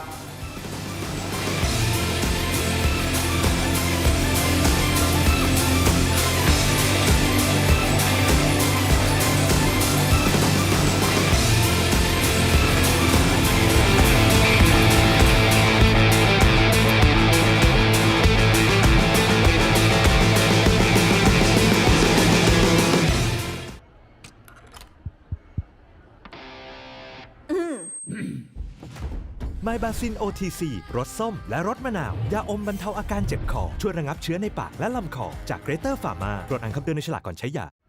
เลือกสิ่งที่ใช่ ตอบโจทย์ชีวิตที่ชอบ Star Air Air Solar Hybrid ใช้พลังงานจากโซลาร์เซลล์และระบบอินเวอร์เตอร์ช่วยเซฟค่าไฟได้สูงสุดถึง 60% ให้ชีวิตง่ายและประหยัดมากยิ่งขึ้น เลือกสิ่งที่ใช่นิดนึงผมก็มีคำถามเหมือนกันนะครับเพราะที่ผ่านมาเราก็วิเคราะห์กันว่าสหรัฐเป็นรองมันแย่งชิงฮะจะมีช่วงเป็นรองมีช่วงเป็นต่อมีช่วงเป็นรองเป็นช่วงเป็นต่อแล้วเราเข้าใจว่าล่าสุดเหมือนเป็นรองนิดนึงนะครับที่มีการยืดตอนแรกบอกว่าจะครบ14 วันใช่ไหมจะถล่มกลับกลายเป็นว่ายืดอีกเพื่อที่จะพยายามหาจุดลงให้ได้ก็คือคุยสันติภาพแต่ไปมาตอนเนี้ยเหมือนกับสองท่านมองว่าสหรัฐน่าจะเป็นต่อมากกว่าเป็นรองละสถานการณ์มันพลิกแพลงเปลี่ยนไปเรื่อยๆนะครับก็อยากจะรู้เหมือนกันเพราะว่าครั้งสัปดาห์ที่แล้วผมได้คุยกับอาจารย์เลอพงศ์ที่เขาอยู่อิหร่านด้วยเขาบอกอิหร่านตอนนี้คือคนในชาติก็พร้อมแบบต่อสู้คือทุกคนออกมายืนบนถนนออกมาแบบเป็นด่านหน้าด้วยซ้ำนะฮะด่านหน้าด้วยซ้ำคือวันนี้อิหร่านต้องดันกองเรือสหรัฐให้ออกไปจากอ่าวโอมานนั้นเสร็จมีแค่นี้ดันยากไม่ผมว่าไม่ยากหรอกถ้าอิหร่านตัดสินใจรบแตกหักพร้อมนะครับพร้อมเอามาพร้อมครับนับมา5 4 3 2กลับมากันต่อนะครับถกไปถึงในช่วงของออนไลน์นะครับอยู่กับ2ท่านครับหัวหน้าพรรคเศรษฐกิจนะฮะท่านพลเอกรังสีกิติยานทรัพย์นะครับรวมถึงนายกสมาคมภูมิภาคศึกษาและอาจารย์ประจำมหาวิทยาลัยธรรมศาสตร์นะครับรองศาสตราจารย์ดร.ดุลยภาคปีชารัตน์คุณผู้ชมที่ชมรายการอยู่นะครับเราพูดคุย2ประเด็นใหญ่ถ้าพูดถึงต่างประเทศก็คือการ พยายามรอบสังหารประธานาธิบดีโดนัลด์ทรัมป์ที่สหรัฐอเมริกานะครับซึ่งมันไปเกี่ยวข้องกับอิหร่านด้วยนะฮะซึ่งเราก็วิเคราะห์กันไปประมาณหนึ่งแล้วนะครับตอนนี้ดูเหมือนว่าสหรัฐจะถ้าฟังจากมุมมองทั้งสองท่านนะฮะน่าจะเป็นต่อนะฮะในสถานการณ์การปิดล้อมใช้วิธีการปิดล้อมแล้วนวดไปเรื่อยๆบีบไปเรื่อยๆบีบไปเรื่อยๆจนสุดท้ายอิหร่านอาจจะหมดแรงไปในที่สุดเป็นอย่างนั้นนะฮะคุณผู้ชมครับถ้าตามที่ท่าน2ท่านวิเคราะห์นั่นคือสหรัฐอเมริกากับอิหร่านแต่ตัดภาพกลับมาที่ไทยอันนี้ก็เป็นประเด็นเลยนะฮะคุณผู้ชมเนื่องจากว่าทางที่ประชุมของสมช.ก็คือสภาความมั่นคงแห่งชาติมีมติให้ยกเลิก MOU 44 แล้วก็มอบหมายให้กระทรวงการต่างประเทศนำเสนอเข้าครม.และไปแจ้งกับกัมพูชาโดยไม่ต้องรอความเห็นจากกัมพูชานะครับว่าเราจะยกเลิก และหลังจากนั้นก็ใช้กลไกแล้วครับก็ใช้อนุสัญญาสหประชาชาติว่าโดยกฎหมายทางทะเลนี่แหละมาเจรจามาพูดคุยกันแทนทั้งสองท่านเห็นด้วยหรือไม่กับ move นี้ของทางด้านสมช.ในการยกเลิก MOU 44ซึ่งมีการเรียกร้องผมเข้าใจว่าพรรคภูมิใจไทยตอนหาเสียงก็เหมือนกันว่าหยิบยกประเด็นนี้ขึ้นมาว่ายกเลิก MOU ถูกต้องไหมฮะแต่ตอนนี้ยกเลิก MOU 44ซึ่ง MOU 44มันว่าด้วยพื้นที่ทางทะเลที่มันทับซ้อนกับกัมพูชาถูกต้องไหมครับแล้วเขาถ้าเป็นไปตามแผนที่ของกัมพูชาเนี่ยเท่ากับว่าเราจะเสียพื้นที่ของเราเลยนะไปเยอะมากเลยนะครับรวมถึงเกาะกูดด้วยนะครับอันนี้มันเป็นประเด็นใหญ่คุณผู้ชมตอนนี้สมช.บอกยกเลิกไปเลยไม่ต้องมาสนใจเราทำได้ถูกต้องไหมฮะคืออันนี้ถูกต้องเลยเพราะว่าใน MOU 44เนี่ยมันเขียนไว้เลยว่าคุยกันเรื่องผลประโยชน์ทางทะเลเป็นหลักพื้นที่เป็นรองซึ่งจริงๆแล้วเนี่ยการแบ่งพื้นที่ทางทะเลในยุคปัจจุบันเนี่ยมันมีองค์กรหนึ่งที่เรียกว่าองค์กร UNCLOS ซึ่งเป็นองค์กรที่ขึ้นกับ UN ซึ่งองค์กรนี้จะเป็นคนกำหนดเขาเรียกเส้นมัธยฐานคือเส้นมัธยฐานเนี่ยมันจะกำหนดว่าน้ำทะเลจากชายฝั่งลดต่ำสุดตรงไหนนั่นคือเบสไลน์หรือเส้นมัธยฐานจากเส้นมัธยฐานไปอีก12ไมล์ทะเลเขาเรียกเขตทะเลของประเทศจากเขตทะเลของประเทศอีก12ไมล์ทะเลเป็นเขตทะเลต่อเนื่องใน24ไมล์ทะเลจากเส้นเบสไลน์เนี่ยหมายถึงอธิปไตยของประเทศนั้นแล้วต่อจากนั้นเนี่ยก็อีก200ไมล์ทะเลก็จะเป็นไหล่ทวีปซึ่งอันเนี้ยกัมพูชาเพิ่งไปเป็นภาคีเซ็นยอมรับการเป็นภาคีกับ UNCLOS เมื่อเร็วๆนี้เมื่อต้นปีมั้งถูกครับเพราะนั้นการยกเลิก MOU 44ก็คือสุดท้ายก็เอา UNCLOS เข้ามาเป็นคนกำหนดพื้นที่ทางทะเลมันก็จบแล้วซึ่งกัมพูชาก็จะต้องเห็นด้วยเพราะว่าเขาเพิ่งไปใช่ฮะมันต้องเห็นด้วยถูกเพราะมันจะมาอ้างไอ้ส่วนที่สัญญาที่นายพลลอนนอนทำไว้อะไรไว้มันเลอะเทอะอันนี้คือหลักการที่เป็นสากลของโลกจริงๆซึ่งผมเชื่อว่าเราทำถูกแล้วและตัดสินใจถูกแล้วแล้วเราก็มีอำนาจที่จะทำหนังสือบอกกระทรวงต่างประเทศของกัมพูชาว่าเรายกเลิก MOU 44เขาต้องเห็นชอบไหมเขาต้องเห็นมันไม่จำเป็นนะครับการลงสัญญา MOU คือบันทึกความเข้าใจคนหนึ่งเข้าใจคนหนึ่งไม่เข้าใจมันจะอยู่ได้ไงคุณทีมก็ยกเลิกไปเลยถูกอะไรไปคิดอะไรมากแล้วก็แต่ว่าในหนังสือนั้นผมเชื่อว่าทางไทยต้องระบุว่าให้เอาองค์กร UNCLOS เข้ามากำหนดพื้นที่ทางทะเลอันนี้ก็จบแล้วกัมพูชาจะเถียงอะไรอันนี้มุมนี้ถูกต้องดีสุดอาจารย์เรือภาคครับเสริมไหมครับผมอยากจะเสริมอย่างนี้แล้วกันนะครับว่ามันมีผลการศึกษาของกรรมาธิการวิสามัญพิจารณา MOU 434ของวุฒิสภานะครับซึ่งผมก็เป็นกรรมาธิการอยู่ในนั้นด้วยนะครับหลักๆเนี่ยนะครับมติของทางสวเนี่ยบอกให้ยกเลิก MOU 44แล้วท่านศรีศักดิ์พวงเกตแก้วก็นะครับมีท่าทีว่าให้ยกเลิกสมช.ก็ให้ยกเลิกนายกก็มีท่าทีไม่เอา MOU 44นะครับในเรื่องของปฏิบัติการนะครับในหน่วยงานที่ตัดสินใจหรือให้ข้อเสนอแนะที่เป็นระบบราชการเนี่ยนะครับเห็นพ้องต้องกันเป็นส่วนใหญ่กองทัพเรือก็ไม่ได้มีท่าทีคัดค้านนะครับแต่ว่ามูลเหตุหลักๆเนี่ยข้อดีของการยกเลิกเนี่ยมันมีจุดหนึ่งที่น่าสนใจครับคุณทินจุดนั้นก็คือว่ากัมพูชาลากเส้นไหลทวีปเนี่ยสมัยรัฐบาลลอนดอนปี 2515เป็นการลากที่ผิดหลักกฎหมายระหว่างประเทศคือโอเวอร์เคลมนะครับคือลากเนี่ยผ่านเกาะกูดของเรานะครับแล้วเมื่อมันเป็นอย่างนี้นะครับการตีเส้นแบ่งที่มันโอเวอร์เกินไปมันก็ทำให้เขาเนี่ยได้ทรัพยากรทางทะเลนะครับในอ่าวไทยเพิ่มขึ้นด้วยซึ่งมันควรจะเป็นพื้นที่ของเราใช่ครับใช่ครับแต่ว่าในปี 2516เนี่ยทางไทยเราก็ลากเส้นแต่ว่าเส้นของเราเนี่ยนะครับมันดูสอดคล้องกับหลักกฎหมายระหว่างประเทศนะครับหรือพูดง่ายๆเลยก็คือว่าเส้นเขตแดนทางทะเลจริงๆเนี่ยระหว่างไทยกับกัมพูชาเนี่ยมันควรจะอยู่ระหว่างนะครับเกาะกูดของประเทศไทยกับเกาะกงของกัมพูชานะครับมันควรจะอยู่กึ่งกลางๆตรงนั้นแต่กัมพูชาไม่ได้ทำแบบนั้นกัมพูชาลากมาที่เกาะกูดนะครับและไอ้ตรงสิ่งนี้แหละครับมันก็ไปมีปรากฏอยู่ในการตกลงหรือว่าแพ็กเกจการจัดทำ MOU 44นะครับซึ่งฝ่ายที่เห็นด้วยว่าจะยกเลิกก็คือว่าในเมื่อมันจุดตั้งต้นเนี่ยมันเหมือนจะไปรองรับการโอเวอร์เคลมของกัมพูชาใช่ไหมครับแล้วเมื่อเคลมเยอะแบบนี้พื้นที่เขาก็เยอะขึ้นนะครับแล้วการแบ่งสรรทรัพยากรเขาก็จะขอ 50-50 ด้วยนะครับซึ่งบางทีเนี่ยถ้าดูในทรัพยากรตามเส้นแบ่งของทางเรากัมพูชาก็ไม่ควรจะได้ถึง 50 ด้วยซ้ำไปนะครับไอ้สิ่งตรงนี้แหละนะครับเป็นเหตุผลที่ทำให้คณะบุคคลที่ตัดสินใจยกเลิก MOU 44เนี่ยเห็นพ้องนะครับในการยกเลิกนะครับแต่ว่ามันก็มีการย้อนแย้ง มีฝ่ายที่บอกว่าไม่ควรจะยกเลิก เพราะว่า MOU 44ก็มีข้อดีบางอย่าง อะไร ข้อดี อะไรบ้าง อันเนี้ยนะครับก็ผมก็เชื่อว่าเจตนารมณ์อย่างของท่านสุรเกียรติเสถียรไทย ซึ่งเป็น driving force นะครับในการจัดทำข้อตกลงเนี้ยนะครับก็คิดว่าข้อดีอันหนึ่งที่น่าสนใจก็คือในเมื่อกัมพูชามีเจตนาที่อยากจะได้น้ำมันนะครับเอาทรัพยากรใต้ท้องทะเลอ่าวไทยมาใช้ใช่ไหมครับแต่ขณะเดียวกันก็เขาก็อยากได้เขตแดนทางทะเลด้วยแต่เขาใจร้อนที่จะให้ความสำคัญกับประเด็นเอาทรัพยากรมาใช้ก่อนแต่ MOU 44เนี่ยมันล็อกเอาไว้มันล็อกว่าการ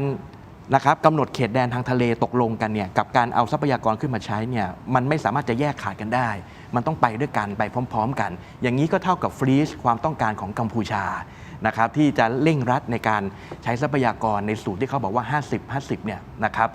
ซึ่งนี่ก็เป็นอาจจะเป็นข้อดีบางอย่างของ MOU 44นะครับแต่ว่าผมพูดง่ายๆว่าเอาเฉพาะในหน่วยงานที่เกี่ยวข้องในการตัดสินใจยกเลิกก็หน่วยงานราชการหน่วยงานรัฐของไทยเนี่ยเห็นพ้องตรงกันหลายๆหน่วยซึ่ง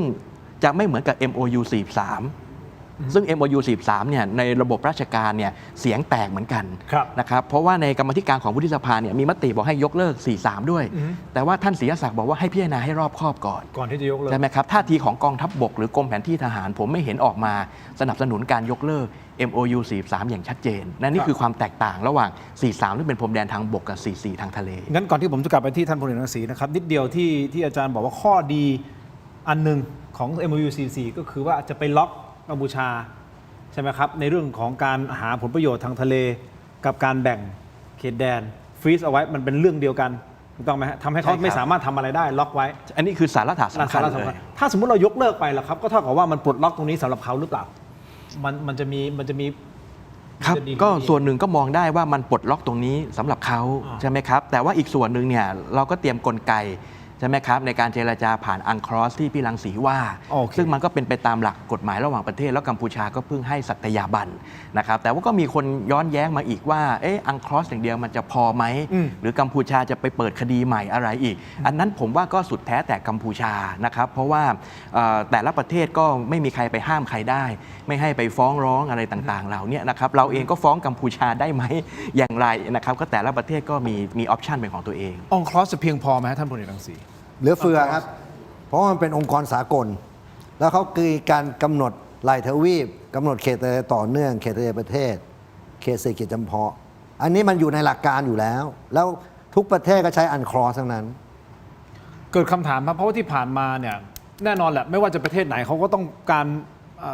ประโยชน์สูงสุดให้กับประเทศตัวเองถูกต้องไหมครับถ้า MOU 40บอกว่าตีเส้นมาถึงเกาะกูดของเราไม่ยอมรับนะอันนั้นแต่หมายถึงว่าเขาบอกเฮ้ยนี่แหละมันคือตรงนี้เพราะฉะนั้นถ้า MOU 44ถูกยกเลิกแล้วไปใช้อังครอสเท่ากับว่าเขาอาจจะเสียพื้นที่ที่เขาคิดว่าเป็นของเขาก่อนหน้านี้เนี่ย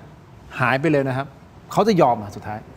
ไม่ฮะมันจะไม่ยอมไม่ได้ เพราะว่าอันนี้มันเป็นมาตรฐานสากลของโลกคุณทีมันเป็นหลักการที่คนทั้งโลกเขายอมรับได้แล้วคุณจะมาบอกว่าพอถ้าเสียเปรียบไม่เอาก็แบบนี้ก็ลบกันไม่มีอะไรเหมือนกับ MOU 43ถูก MOU 43จริงเขาควรยกเลิกเพราะว่าถ้ามันคุยกันได้มันคุยกันจบแล้วมันใช้แผนที่1 ต่อ 200,000เราใช้1 ต่อ 50,000คุยกันชาติไหนจะจบแล้วมันบ้าป่ะแผนที่1 200,000เขาไว้ใช้กำหนดเขตแดนให้หมีขั้วโลกกับนกเพนกวินอยู่ที่ขั้วโลกเหนือขั้วโลกใต้กับปลาพิรันย่าที่ป่าเมซอนนู่นงูอนาคอนด้าเนี่ยเขาใช้กันนะเพราะว่าเขาต้องการให้มันเป็นพื้นที่เดียวกันไม่ต้องแยกมาตราแล้วมันไม่ต้องมีแลนด์มาร์กแล้วคุณว่าไอ้คุณเซนมันปกติมนุษย์ไหม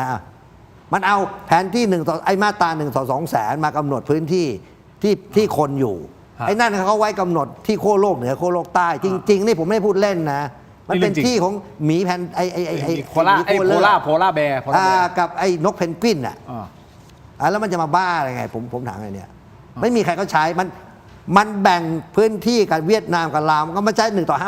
50,000แต่พอมาแบ่งกับเราปั๊บแล้วพูดจริงๆมันอ้างสนธิสัญญาสยามฝรั่งเศสผมถามว่าตอนนั้นเราทำกับฝรั่งเศสไม่ได้ทำกับมันนะมันไปไหนก็ไม่รู้ตอนนั้นเป็นวุ้นอยู่แหละกัมพูชาแล้ววันนี้ฝรั่งเศสหมดอำนาจแล้วมันก็ต้องยกเลิกไปสนธิสัญญานี้มันจะมาอ้างได้ไงถูกไหมครับเอาคุณคิดได้ make sense จริงๆเราเนี่ยทำกับฝรั่งเศสที่เป็นเจ้านายคมมันครับ แล้ววันนี้ฝรั่งเศสออกไปแล้ว ไม่ได้อยู่แล้วถูก ตั้งนาน อ้าวนั้นมึงก็ต้องเอาไอ้พระบองเสียมเรียบศรีสุพลคืนมาเพราะญี่ปุ่นเขายกคืนให้เรา สมัยสงครามโลกครั้งที่2เกาะกงก็ของเราก็นี่ไงคุณไปคุยกับไอ้มนุษย์ที่มันเอาแต่ได้คุณจะสนใจในมันก็เลยเกิดคำถามมาว่า MOU 44นี่จะไปเกิดกรณีเดียวกับว่าที่เขาอยากได้ไม่มันไม่มีข้อตกเถียงอยู่แล้วเพราะคุณเข้าใจว่าอันคลอสมันเป็นองค์กรสากลของโลกซึ่งเขาก็ลงสัตยาบันล่าสุดเพราะฉะนั้นยังไงก็ต้องเกิดขึ้นถูกต้องแล้วถ้ามันไม่ถ้าเกิดอันคลอสเขาชี้อยู่ตรงไหนแล้วมันงี่เง่ากับลบกับมันก็จบไปไม่มีเท่านั้นน่ะคุณจะไปสนใจอะไรกับมันโอเคเพราะฉะนั้น MOU 44นี่คือไม่น่าจะมีปัญหาถ้าดูแล้วก็ไม่น่าจะมีหรอกเพราะว่าเราเข้าครม.อย่างนั้นกระทรวงต่างประเทศแจ้งไอ้กัมพูชามันก็ต้องยกเลิกไปไม่มีเท่านั้นแต่ MOU 43นี่สิครับยังไงก็ผมบอกไงว่าถ้าตราบใดยังมีอยู่เพราะว่าคุณก็ต้องเข้าใจไหม MOU 43เนี่ยมันมีตัวพ่วงมาที่เป็นปัญหากับเราก็คือการประชุม RBC GBC JBC ระดับแม่ทัพภาคกระทรวงกลาโหมระดับรัฐมนตรีต่างประเทศผมถามว่าทำไมมันต้อง3ระดับเอาคุณยกเลิก MOU 43แล้วคุณบอกให้มันใช้มาตรา1 ต่อ 50,000เอานายกตั้งคนรับผิดชอบมาคณะทำงานชุดหนึ่งไอ้คุณเซ็นชุดหนึ่งมึงเอาไอ้คุณมาเดี๋ยวตัวมึงมาก็ได้แล้วก็คุยกันผมถามว่าคุณประชุม RBC GBC JBC ทั้ง3คณะเนี่ยมีอำนาจตัดสินใจไหมไม่มีไม่จบถูกก็ไอ้คุณเซนมันก็ชอบไงเพราะว่ามันเขียนแน่นอนคุณไปอ่านดูเลยว่ามันบอกถ้ามีปัญหาเรื่องการขัดแย้งบนพื้นที่ทางบกเนี่ยให้เข้า3คณะกรรมการนี้แล้วพอมันเข้าปุ๊บสรุปออกมาแต่พอมันไม่พอใจมันละเมิดมันละเมิดเราประท้วงพอหลังจากประท้วงมันก็ยิงBM-21ก็มาก็คือปะทะเสร็จมันก็ไปเอาญาติมันมาเรียกเราไปเจรจามันก็วนลูปอยู่แบบนี้คุณเข้าใจป่ะก็จะเป็นอย่างนี้ไปเรื่อยๆถูกแล้วคุณจะบอกไอ้บางคนมาบอกว่าปักปันไปแล้วทิ้งป่าก็ทิ้งไปก็ทำใหม่จะมาคุณจะมาเอาไอ้สิ่งที่แบบมันเป็นไปไม่ได้แล้วคุณจะมายื้อกันเพื่ออะไรไอ้แบบนี้เขาเรียกคนปัญญาอ่อนคิดก็ในเมื่ออีก100 กว่ากิโลมันคุยกันไม่ได้ไอ้สันปันน้ำมีปัญหาไอ้บางคนคิดเล็กไว้เนี่ยเอาแล้วคลองไงคลองมันก็แบ่งคนละครึ่งดิจบแล้วแฟร์เนี่ยถูกไหมฮะเพราะคลองมันไม่มีร่องน้ำลึกก็แบ่งคนละครึ่งไปครับก็แค่นั้นน่ะแต่อันนี้มันมีไอ้ผู้สมคบคิดไม่มีอะไรหรอกมันจะเบี่ยงเบนที่ทางบกเพื่อจะลงไปที่ไอ้หลักหมุดที่73ที่แหลมสารวัตรพิษเพื่อเบี่ยง MOU 44เพื่ออะไรเพื่อจะมาเอาน้ำมันไงกับก๊าซที่มันประเมินไว้50 ล้านบาทกูรู้ป่ะครับไอ้วุ้นเส้นก็ตาโตแล้วมันอยากรวยแบบบิลเกตนี่ไงมันปัญหาไม่มีอะไรหรอกประเทศไทยมันมีคนขายชาติเอาไว้นี่ดีกว่าอาจารย์เสริมหน่อยไหมเสริมประเด็น MOU 43ผมเสริมนิดนึงนะครับตอนนี้สถานการณ์มันวิวัฒนาการไปไกลกว่า MOU 43 MOU 44นะครับเรามีปัญหาใหม่มีนิยามมีการกำหนดขอบเขตใหม่ๆก็ผมยกตัวอย่างเช่นในเรื่องพรมแดนทางบกเกือบ800 กิโลเมตรมาวันนี้มันควรจะต้องอิงกับนะครับสิ่งที่ไทยกับกัมพูชาไปตกลงกันไว้ที่จันทบุรีเมื่อวันที่27 ธันวาคมที่ผ่านมาใช่ไหมครับซึ่งมันมีข้อหนึ่งบอกว่ากองกำลังฝ่ายใดเนี่ยนะครับที่ลบกันมาปีที่แล้วใช่ไหมครับกองกำลังฝ่ายไหนอยู่ตรงไหนก็อยู่ตรงนั้นใช่ไหมครับแล้วสำหรับประเทศไทยเนี่ยการวางกองกำลังของเราก็ยึดเส้นปฏิบัติการ1 ต่อ 50,000นะครับแล้วหลายๆอย่างเราก็ทวงคืนดินแดนของเรามาได้มันควรจะต้องยึดตรงนี้เป็นหลักแต่สิ่งที่กัมพูชาพยายามทำเนี่ยกัมพูชาบอกว่าให้ถอยคืนสู่สถานภาพเดิมคือให้กลับไปช่วงตุลาคมที่มีปฏิญญากัวลาลัมเปอร์ที่มีโดนัลด์ทรัมป์มาเป็นสักขีพยานเพราะนั่นเนี่ยกัมพูชาคิดว่าไม่ได้เสียเปรียบเท่ากับการลบครั้ง2นะครับที่มาตกลงกันที่จันทบุรีเขาอยากจะให้ถอยคืนไปสู่จุดนั้นแต่ว่ามันก็เป็นอย่างนั้นไม่ได้ทีนี้เขาก็มาเล่นแง่อีกนะครับว่าแต่ว่าก็ต้องยอมรับความจริงนะครับว่าในการประชุมที่จันทบุรีเนี่ยข้อ2กำลังฝ่ายไหนอยู่ตรงไหนก็อยู่ตรงนั้นแต่ว่าข้อ3เนี่ยมันดันมีการเขียนขึ้นมาว่านะครับรายละเอียดในข้อตกลงไม่ว่าจะเป็นข้อไหนเนี่ยไม่ได้รับรองเส้นเขตแดนระหว่างประเทศเส้นเขตแดนระหว่างประเทศจะต้องไปคุยกันในวงประชุม JBC กรรมาธิการเขตแดนร่วมนี่ถึงทำให้ฮุนเซนกับฮุนมาเนตเนี่ยนัดฝ่ายไทยมาประชุม JBC นะครับในช่วงต้นปีแต่ว่าเราก็นะครับยืดระยะเวลาออกไปนะครับแล้วถ้าเผื่อว่าเราไปประชุม JBC แล้วเรายังคง MOU 43เอาไว้ ซึ่งหลายคนบอกว่า MOU 43 ก็ทำให้ไทยเสียเปรียบบางประการ แล้วการเจรจาต่อรองของเรามันจะยังไง ส่วน MOU 44 ผมคิดว่าโจทย์มันไปไกลมากแล้วครับคุณทิน เพราะว่าณวันนี้มันไม่ใช่เรื่องการแบ่งทะเลระหว่างไทยกับกัมพูชาอย่างเดียวนะครับแต่ว่ามันมีผู้มีส่วนได้ส่วนเสียอื่นๆเข้ามาเกี่ยวข้องมีพลังของจีนมีพลังของสหรัฐอเมริกาเข้ามาที่สีฮานุวิลเข้ามาที่จุดอื่นๆของอ่าวไทยและนะครับผมคิดว่าเราอยู่ในจุดเสี่ยงมากนะครับในภูมิรัฐศาสตร์โลกไปแล้วเนื่องจากว่าเวลาเราดูความขัดแย้งทาง geopolitics เนี่ยมันจะตั้งแต่ช่องแคบมาลากามาที่อินโดนีเซียแล้วปาดขึ้นไปที่ฟิลิปปินส์มันจะไม่เข้ามาอ่าวไทยแต่พฤติการของกัมพูชาที่ไปเชื้อเชิญให้สหรัฐอเมริกาเนี่ยนะครับเข้ามาที่อ่าวไทยมากขึ้นเพื่อถ่วงดุลจีนมันทำให้พื้นที่ชายทะเลอ่าวไทยนะครับที่อยู่ลึกเข้าไปนะครับโดยเฉพาะชายทะเลกัมพูชามันกลายเป็นจุดร้อนของการแข่งขันระหว่างรัฐมหาอำนาจนะครับแล้วประเทศไทยก็อยู่ในสมการความขัดแย้งตรงนี้ด้วยนะครับซึ่งผมคิดว่าเวลาเราพิจารณาเรื่องของข้อตกลงทางทะเลหรือว่าจะพัฒนาความร่วมมือเนี่ยมันมีหลายอย่างที่มันมีสภาพแวดล้อมด้านความมั่นคงที่มันไปไกลกว่าเมื่อสมัยปี 44 นะครับโอเคอย่างนี้นะฮะผมขออนุญาตไปต่อนิดนึงนะฮะพูดถึงคุณฮุนเซนแล้วนะครับคุณผู้ชมพี่เล็กวาสนานานุ่วมนักข่าวสายทหารให้ความเห็นในรายการริงไซต์การเมืองบอกว่าออกยามีออกยาก่อนหน้านี้จำได้ไหมฮะที่มีออกยาพยายามที่จะมาเจรจากับฝั่งไทยนะครับเขาบอกว่าจริงๆออกยาท่านนี้มาเจรจาสาเหตุลึกๆเพราะตัวเองสูญเสียผลประโยชน์ทางธุรกิจและโดนยึดทรัพย์ไปเยอะจึงพยายามอาสาเป็นตัวกลางไปกล่อมฮุนเซนนะเพื่อหวังให้เหตุการณ์สงบและตัวเองได้ประโยชน์กลับคืนมาและก่อนหน้านี้จำได้ไหมครับที่บอกว่าโอ้ฮุนเซนสำนึกแล้วไม่น่าเลยไม่น่าอะไรนะเรื่องทั้งเรื่องคลิปเรื่องของการส่งภาพต่างๆเรื่องของการก่อความไม่สงบชายแดนคือสำนึกแล้วอยากจะให้รีบเปิดด่านขอโทษต่างคนต่างถอยกันคนละก้าวเป็นแบบนั้นก็เลยเกิดคำถามว่าสุดท้ายเนี่ยรัฐบาลกัมพูชากำลังเผชิญกับแรงกดดันมหาศาลภายในประเทศใช่หรือไม่ถึงขนาดที่ยอมรับความเป็นจริงยอมรับตัวเองว่าตัวเองเพลียงพล้ำไปแล้วต้องเป็นฝ่ายส่งคนมาง้อไทยท่านพลเอกนรศรีคิดว่ามีมูลมากน้อยแค่ไหนและเป็นจริงแค่ไหนคือวันนี้ไอเศรษฐกิจของกัมพูชาเนี่ยอย่างหนักเลยแบงค์ล้มไป4แบงค์แล้วพรินซ์แบงค์อุนวันเปย์แพนด้าแบงค์ ADB ไปแล้วกำลังไปอีกแบงค์ที่5กำลังตามมาภาคอุตสาหกรรมพังพินาศย้ายฐานการผลิตเพราะวัตถุดิบเข้าไม่ได้ลดชั่วโมงการทำงานจาก8เหลือ4ภาคเกษตรนี่ข้าวเครื่เน่ามะม่วงมันสำปะหลังพังภาคบริการไม่พูดถึงสนามบินเตโชล้างนักท่องเที่ยวจาก 500,000 คนเหลือ 40,000 หายไป 90 กว่า%โรงแรมไม่ต้องพูดถึงตอนนี้ให้จิ้งจกนอนนะร้านอาหารไม่ต้องพูดถึงภาคบริการเจ๊งเรียบตอนนี้โรงแรมแถวปอยเป็ดพังหมดนะแล้วก็รวมถึงภาคขนส่งเพราะมันต้องอ้อมไปทางลาวไอ้ที่จะเอาของเข้าไปเนี่ยทำให้ค่าขนส่งแพงขึ้นอีกเพราะนั้น GDP ของไอ้กัมพูชาตอนนี้1 ล้านล้านบาทที่มันเคยได้ต่อปีมันหายประมาณ 50% เพราะนั้นมันถึงต้องมาอ้อนวอนให้เราเปิดด่านเพราะนั้นเราไม่ควรเปิดยิ่งมันอ้อนวอนเรายิ่งปิดถาวรเพราะถ้าเปิดเมื่อไหร่มันฟื้นขึ้นมามันกัดเราต่อ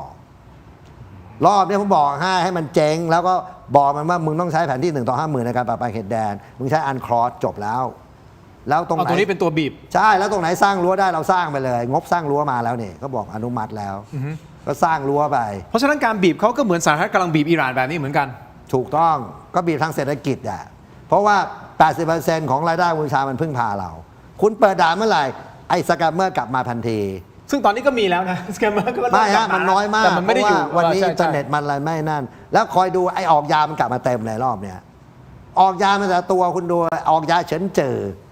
ออกยาก๊กอานออกยาลียงพัดโดนหมายจับทั้งนั้นนี่คือออกยาของมันแล้วคุณคิดว่าเราจะเปิดเพื่ออะไร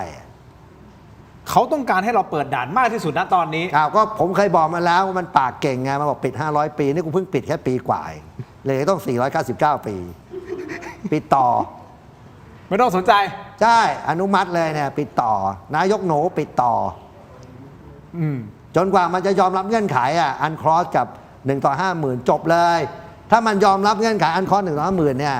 โอเคทำเสร็จเรียบร้อยแล้วกั้นรั้วเสร็จแล้วค่อยเปิด โอเคอันคลอสเนี่ยเขาพอเข้าใจได้เพราะเขาไปลงสัตยาบันกับอันคลอสเมื่อต้นปีที่ผ่านมานะครับแต่ถ้า1 ต่อ 50,000เท่ากับเขาเสียดินหมายถึงว่า มันจะเสียดินแดนยังไง ไม่ใช่เสียดินแดนในมุมของเขาคิดว่าเขาเสีย ไม่ แล้วเขาจะอธิบายกับ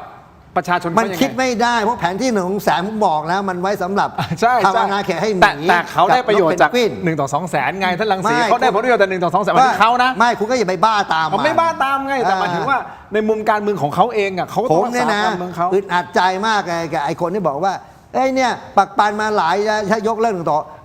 ไอ้รู43แล้วเสียเวลามึงจะบ้าเปล่ามึงพูดแบบเนี้ยก็ที่เหลืออีก200กิโลมึงปักปันไม่ได้อะมึงจะไปยื้อทำไมอ่ะก็ทำให้มันปักปันได้เด็ต้น1 ต่อ 50,000ก็จบแล้ว ก็จบเลย ตรงไหนก็ตรงนั้นเอาหน้าผาทางขึ้นของใครก็เป็นของคนนั้นมึงจะบ้าแล้วหน้าผาอยู่ทางขึ้นอยู่ทางเราจำเสือกว่าเป็นของมันเนี่ยคุณว่ามันบ้าไหมแล้วมึงจะขึ้นยังไงหน้าผามึงแบบเนี้ยคือเราไปยอมมันเยอะเกินไปไงไอ้คุณเซนมันคุณต้องยอมรับมันเป็นโจรเขมรแดงมันไม่รู้เรื่องหรอกใช่ไหมแล้วคุณไปปล่อยไปนี้ไอ้คุณมาเน็ตมันก็เป็นมะม่วงบ่มแก๊สอ่ะคุณรู้จักมะม่วงบ่มแก๊สไหมคุณเข้าใจไหม เป็นยังไง มันไม่สุกพร้อมกินน่ะ โอเค มันจบเวสต์พอยต์มา ผมถามว่ามันเป็นอาหารกองทัพมัน ถ้ามันสั่งผิดสั่งถูกใครจะกล้าไปว่ามันว่ามันสั่งผิดพ่อมันบ้าขนาดนี้ คุณเข้าใจไหมพ่อมันอย่างนี้ใครกล้าบอกไอ้คุณมันเน็ตมึงพูดผิด ทุกคนก็ตัวรอดไอ้นี่ก็นึกว่ามันเก่งพอมาเป็นนายกเดียวหัวงอกทั้งหัวคุณเห็นไหมล่ะเพราะมันเครียดอ่ะพ่อเอาอย่างหนึ่งความจริงก็เป็นอย่างหนึ่งแล้วพ่อมันพูดกับมันสวนความจริงตลอด คุณต้องเข้าใจนะว่าไอ้กัมพูชาเนี่ยมันเป็นเรื่องไร้สาระเรื่องใหญ่ตอนนี้วิกฤตโลกมันจะลบกันมันจะเข้ามาช่องแคบมรกามจะเข้ามาในภูมิภาคเราแล้วไอ้นี่เรื่องใหญ่กอทูเลเนี่ยที่มันก็จะตั้งขึ้นมาแล้วจะซัดกับพม่าแล้วอาวุธของกอทูเลที่จะลบพม่ามันต้องผ่านเรา ถ้าเรายอมไม่ผ่านเราเสร็จคุณคิงรู้เปล่าเรื่องพวกนี้คือเรื่องใหญ่ นั่นอีกเรื่อง เรื่องการก่อร้ายภาคใต้เนี่ยไม่ใช่เรื่องธรรมดามันเกี่ยวพันกับช่องแคบมรกาที่ตั้งขึ้นมาเพื่อจะก่อวินาศกรรม ครับ อันเนี้ยเรื่องใหญ่เลยคุณเซนเนี่ยคุณปิดด่านอย่างเดียวตอนนี้มันตายทั้งประเทศ คุณคิดดูรายได้มันหายไปครึ่งคุณทำไง ปิดด่านต่อไปใช่ไหมฮะอาจารย์ดุลภาคกดดันไปเรื่อย คือผมว่าถ้าเราเข้าใจความสัมพันธ์ไทยกัมพูชานะครับในห่วงนี้ว่ามันยังเป็นความขัดแย้งกันอยู่ มันยังเป็นการทำสงครามมีการยั่วยุทางทหารตาม ครับ แนวชายแดน ค มี รับ การที่กัมพูชาทำสงครามข้อมูลข่าวสารนะครับต่อว่าประเทศไทยในหลาย ๆ วงประชุมระหว่างประเทศนะครับมันก็ย่อมเตือนสติเราเหมือนกันว่าเราเองจะต้องระมัดระวังพฤติการของกัมพูชา และเราจะผ่อนคลายความตึงเครียดนะครับบนเงื่อนไขที่ประเทศไทยต้องได้เปรียบนะครับต้องรักษาผลประโยชน์แห่งชาติของเราเอาไว้นะครับในเมื่อกัมพูชายังมีพฤติการที่ต่อว่าประเทศไทยนะครับทำให้เราไม่ไว้วางใจ ก็จะต้องระมัดระวังนะครับแล้วก็นะครับยับยั้งในการเปิดด่านเพราะจริงๆแล้วเรื่องของเปิดด่านมันไม่ได้เป็นเรื่องที่มันสัมพันธ์กับการไปเติมกำลังให้กัมพูชาฟื้นเพียงอย่างเดียว แต่ว่ามันสัมพันธ์กับสัจจะนะครับของพรรคภูมิใจไทยท่านนายกอนุทินในช่วงที่หาเสียงด้วยนะครับว่าท่านไม่อยากคุยนะครับเลิกคุยเลยเรื่องการเปิดด่านทีนี้อยู่ๆมาเปิดอย่างเงี้ยผมว่าคะแนนนิยมมันก็ได้รับผลกระทบกระเทือนแน่นอนฉะนั้นปัจจัยการเมืองของไทยเองนะครับมติมหาชนเสียงจากพี่น้องประชาชนถ้าเราไปเช็คตามโซเชียลมีเดียก็เห็นตรงกันกับพี่รังสีนะครับว่าไม่ควรที่จะเปิดด่านนะครับแล้วดูสภาพความสัมพันธ์ระหว่างประเทศที่กัมพูชายังเป็นภัยคุกคามกับเราอยู่กัมพูชายังเติมอาวุธนะครับยังนะครับสะสมอาวุธยุทโธปกรณ์อยู่นะครับกัมพูชายังมีเฟกนิวปั่นโจมตีประเทศไทยยังแย่งชิงมรดกทางวัฒนธรรมกับทางประเทศไทยอยู่นะครับมันไม่มีตัวบ่งชี้เลยว่ากัมพูชายอมหมอบนะครับคือผมว่าเขาอยู่ในสภาพที่อ่อนแอลงแต่ว่าด้วยศักดิ์ศรีหรือว่าด้วยระบบคิดยังไงไม่รู้นะครับเขาก็ยังต่อสู้กับไทยด้วยสารพัดวิธีอยู่ซึ่งเราก็จะประมาทไม่ได้ใช่ไหมครับฉะนั้นผมก็เลยคิดว่าเราก็ต้องเตรียมตัวให้พร้อมออกยาที่มาพูดคุยอยากให้เปิดด่านอาจารย์คิดว่ามีแน่นอนโอ้ผมก็ว่าเป็นเช่นนั้นอยู่แล้วนะครับคือมันก็มีรีพอร์ตจากองค์กรระหว่างประเทศหรือหน่วยงานที่สืบสวนนะครับในเรื่องของทุนเทาเรื่องอาชญากรรมข้ามชาติเขาก็ทำเป็นแผนผังสาแหรกอะไรอย่างเงี้ยนะครับแล้วก็มีระบุเส้นเงินนะครับเครือข่ายต่างๆมันก็ identify ได้ว่าใครเป็นใครอย่างไรนะครับแต่ว่าผมเชื่อมั่นอย่างนี้ว่า เศรษฐกิจกัมพูชาเนี่ยกระทบกระเทือนนะครับปิดด่านก็ทำให้กัมพูชาเนี่ยนะครับไม่สามารถฟื้นฟูพละกำลังให้เข้มแข็งได้ แต่ว่ามันก็จะกลุ่มแค่เฉพาะสภาพพื้นที่ชายแดนไทยกัมพูชานะครับอย่างเช่นบางจังหวัดของกัมพูชาที่ติดกับบ้านเรา แต่ว่าในพื้นที่ส่วนกลางที่พนมเปญที่ตาขะเมาซึ่งเป็นศูนย์อำนาจของทางฮุนเซนผมคิดว่าฮุนเซนก็ยังอยู่ได้นะครับแล้วเขาคิดว่าเขายังอยู่โดยไม่อัตคัดขัดสนนะครับคนที่ลำบากก็คือประชาชนที่อยู่ตรงชายแดนไทยนะครับแต่ว่าถ้าเขาคิดแบบชนชั้นนำนิยมนะครับในสายตระกูลฮุนจริงๆเขาถึงได้พูดออกมาว่าเป็น100 ปีเป็น500 ปีไม่สะทกสะท้านเขาไม่สะทกสะท้านนะครับเพราะว่าอาณาจักรธุรกิจการเมืองของเขาเนี่ยนะครับโอเคแหละนะครับบ่อนปอยเปรตนะครับอาจจะได้รับผลกระทบนู่นนี่แต่ว่าเขายังไม่ล่มสลายเขายังพอไปต่อได้นะครับจีนเข้ามาลงทุนนะครับซัพพอร์ตงบประมาณให้เขาญี่ปุ่นบริจาคเงินนะครับตลาดท่องเที่ยวที่เสียมราชนะครับซบเซาๆบ้างแต่ยังพอไปได้เขาก็เลยคิดว่าเฮ้ยเม็ดเงินมันก็ยังพอที่แบบปากแข็งต่อนะครับกับทางประเทศไทยได้นะครับว่ากัมพูชานะครับไม่ยอมง้อประเทศไทยหรือว่าถ้าจะมีง้อมาคุยกันผมก็คิดว่าเป้าเขาไม่เคยลดเลยเป้าเขาก็คือว่าให้มาคุยแบบทวิภาคีเพื่อขอทวงคืนดินแดนจากประเทศไทยเขายังพูดอย่างนี้อยู่เขาต้องพูดอย่างนั้นใช่นะครับเพื่อผลประโยชน์ของการเมืองของเขาด้วยการเมืองของเขาด้วยเพื่อความอยู่รอดทางการเมืองของเขาด้วยใช่ครับแต่ในความเป็นจริงนะครับคุณผู้ชมครับท่านพลเอกรังสีมันมีการลักลอบส่งของไปที่กัมพูชาอยู่แล้วทุกวันนี้ถึงแม้ด่านจะปิดก็ตามก็เข้าใจว่าน่าจะมีการส่งของไปโดยเฉพาะน้ำมันเข้าใจว่าน่าจะมีการลักลอบน้ำมันส่งไปให้ทางด้านของกัมพูชาแล้วที่มันชัดเจนคือมันก็มีภาพเรือไงเรือไทยไปเทียบเรือกัมพูชาแล้วก็ขนถ่ายน้ำมันกันเพราะฉะนั้นก็ยังมีของเล็ดลอดไปไม่ฮะคือการลักลอบเนี่ยมันต้องเพิ่มการตรวจค้นให้มากขึ้นแต่คุณเชื่อไหมว่ามันไม่ได้ผ่านไปเยอะเหมือนเดิมมันก็อยู่ภายใต้ความขาดแคลนเข้าใจไหมแต่ว่าไอ้อันเนี้ยเราต้องปิดประตูมันให้ล็อกให้ได้ไงให้มันออกไปได้น้อยที่สุดอ่ะ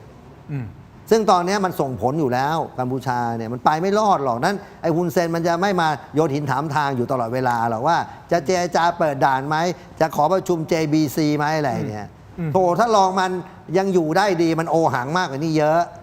ใช่ไหมเพราะนั้นก็บีบมันให้ตายคือจะไปสงสารมันอ่ะแต่อย่างนี้นะคุณผู้ชมมีท่านหนึ่งนะฮะที่คอมเมนต์เข้ามาผมกำลังหานิดนึงนะครับก็บอกว่าผมอยู่จันทบุรีก็เห็นว่าปั๊มน้ำมันที่นี่มีการส่งน้ำมันไปใช่ไหมผมหาคอมเมนต์นั้นไม่เจออยู่ไหนมีไหมนะผมเห็นแวบๆนึงนะฮะบอกว่านี่แหละผมอยู่จันทบุรีก็เห็นว่าทางปั๊มน้ำมันก็มีการส่งน้ำมันไปที่กัมพูชาไม่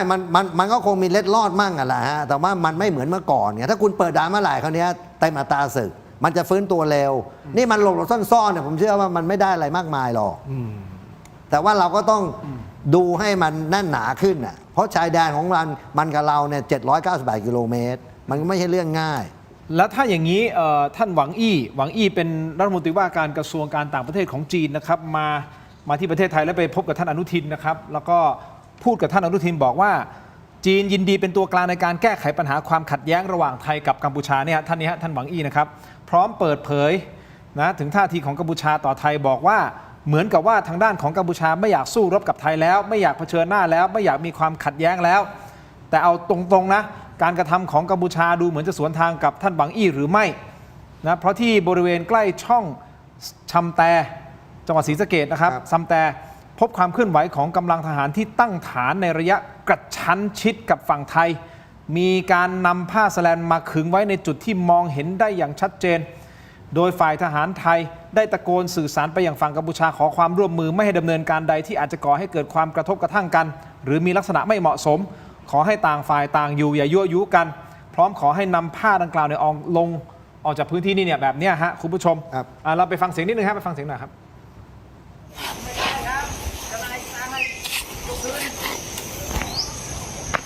เราอยู่ห่างกันดีแล้วทำไมต้องขยับมาใกล้กันใครจะไปหรอขยับมาทำไมร่มกลางผ้าทำไมเนี่ย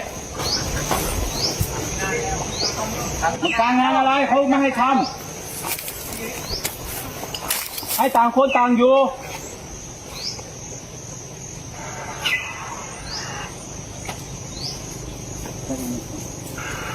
มันกลางงานแล้วทุกคนเห็นเนี่ยไม่ใช่ว่าตะคืนคุณ คุณผู้ชมครับและยังมีคลิปนะของฐานกัมพูชาที่กำลังนั่งล้อมวงติวเข้มนะครับซึ่งไม่รู้ว่าไอ้ข้อมูลบนกระดานอ่ะมันคือข้อมูลอะไรติวอะไรกันอยู่นะครับอาจจะเป็นแผนอะไรบางอย่างหรือเปล่าเนี่ยแบบเนี้ยคุณผู้ชมเนี่ยดูแล้วการกระทำของฐานกัมพูชามันดูสวนทางกับท่านหวังอี้หรือไม่นะครับซึ่งแน่นอนแหละระดับผู้ใหญ่เขาคุยกันก็อาจจะมีเจตนาว่าอยากจะอยากจะยุติถูกต้องไหมฮะแต่ว่าทางด้านของการปฏิบัติการทหารก็สู้กันไปว่ากันไปเหมือนเดิม2 เกมมาท่านรังสีวิเคราะห์ในประเด็นนี้ยังไงฮะโดยเฉพาะท่านหวังอี้ที่เข้ามาเป็นตัวกลางไม่คือรัฐมนตรีหวังอี้เนี่ยผมเชื่อเขามาเนี่ยเขาไม่ได้มาเกี่ยวกับเรื่องความขัดแย้งหรอกแต่เขาต้องมาคือมาคุยกันเรื่องภัยคุกคามของจีนซึ่งสหรัฐกำลังจะเข้ามาภูมิภาคนี้ตามสนธิสัญญาอินโดแปซิฟิกซึ่งการที่เขาจะปิดการที่สหรัฐจะปิดล้อมจีนได้แหละเขายังไงต้องใช้ไทยกับกัมพูชาเป็นฐานไม่ว่าจะเป็นการส่งกำลังบำรุงหรือเอาอาวุธมาอยู่ติดตั้งอาวุธเพราะฉะนั้นรัฐมนตรีหวังอี้เข้ามาเนี่ยก็เพื่อประเทศเขาอะแต่เขาก็ต้องพูดว่าให้ดีๆกันเถอะเขาก็เหมือนเขาต้องการล็อบบี้เราทั้ง2 ประเทศให้อยู่กับเขาอะแต่ไอ้ส่วนเรากับไอ้กัมพูชาเนี่ยเอาง่ายๆวันนี้เราต้องเตรียมพร้อมว่าถ้าเกิดมันละเมิดก็ทุบอย่างเดียวมีเท่านั้นคุณไม่สนใจมันหรอกว่ามันจะมากลางโซนซันแลนด์ก็ให้ทหารเราด่ากันหามันไปแบบนี้แต่ปิดด่านแล้วเมื่อไหร่ที่มันปะทะก็จัดการตามแผนที่มีอยู่มันมีเท่านั้นเองไม่มีอะไรมากอันนี้ครับอาจารย์ลุยภาคมองไงครับในประเด็นเรื่องของท่านหวังอี้ที่มาเป็นเหมือนเป็นคนกลางในการเจรจาไกล่เกลี่ยเห็นด้วยกับท่านรังสีไหมในประเด็นเห็นด้วยครับจีนก็มียุทธศาสตร์มุ่งลงใต้มาอยู่แล้วนะครับแล้วก็โครงการ BRI 1 แถบ 1 เส้นทางก็เจาะตลาดการลงทุนพัฒนาโครงสร้างพื้นฐานในพื้นที่แถบนี้ฉะนั้นถ้าไทยกับกัมพูชาทะเลาะกันมันก็กระทบต่อผลประโยชน์ของจีนที่มีอยู่ทั้งในกัมพูชาแล้วก็ไทยและที่สำคัญก็คือการที่มาเป็นกาวใจเล่นบทสันติภาพนะครับส่วนหนึ่งก็ถือว่าเป็นบทบาทเชิงสร้างสรรค์บริหารจัดการความขัดแย้งบนวิถีเอเชียวิถีเอเชียเนี่ยสำคัญเป็นสไตล์ที่จีนมีและสหรัฐไม่มีนะครับและนี่คือสิ่งนี้เป็นสิ่งที่จีนย้ำและการที่มากระชับความสัมพันธ์กับทั้งไทยแล้วก็กัมพูชาแล้วก็ดอดไปพม่าด้วยมันก็ทำให้เกิดจั่วสามเหลี่ยมนะครับจั่ว3 ประเทศเนี่ยที่เชื่อมโยงกันเป็นเขตอิทธิพลของจีนในการยันกับพลังของสหรัฐอเมริกานะครับดังนั้นจีนก็ต้องการถ่วงดุลกับสหรัฐอเมริกาโดยเล็งไว้แล้วว่านะครับกัมพูชาไทยแล้วก็พม่าเนี่ยนะครับเป็นสนามยุทธที่สำคัญแต่ผมคิดว่าการมาเยือนของท่านหวังอี้เนี่ยหลักๆเนี่ยจะเน้นที่กัมพูชาก่อนเพราะว่ามันมี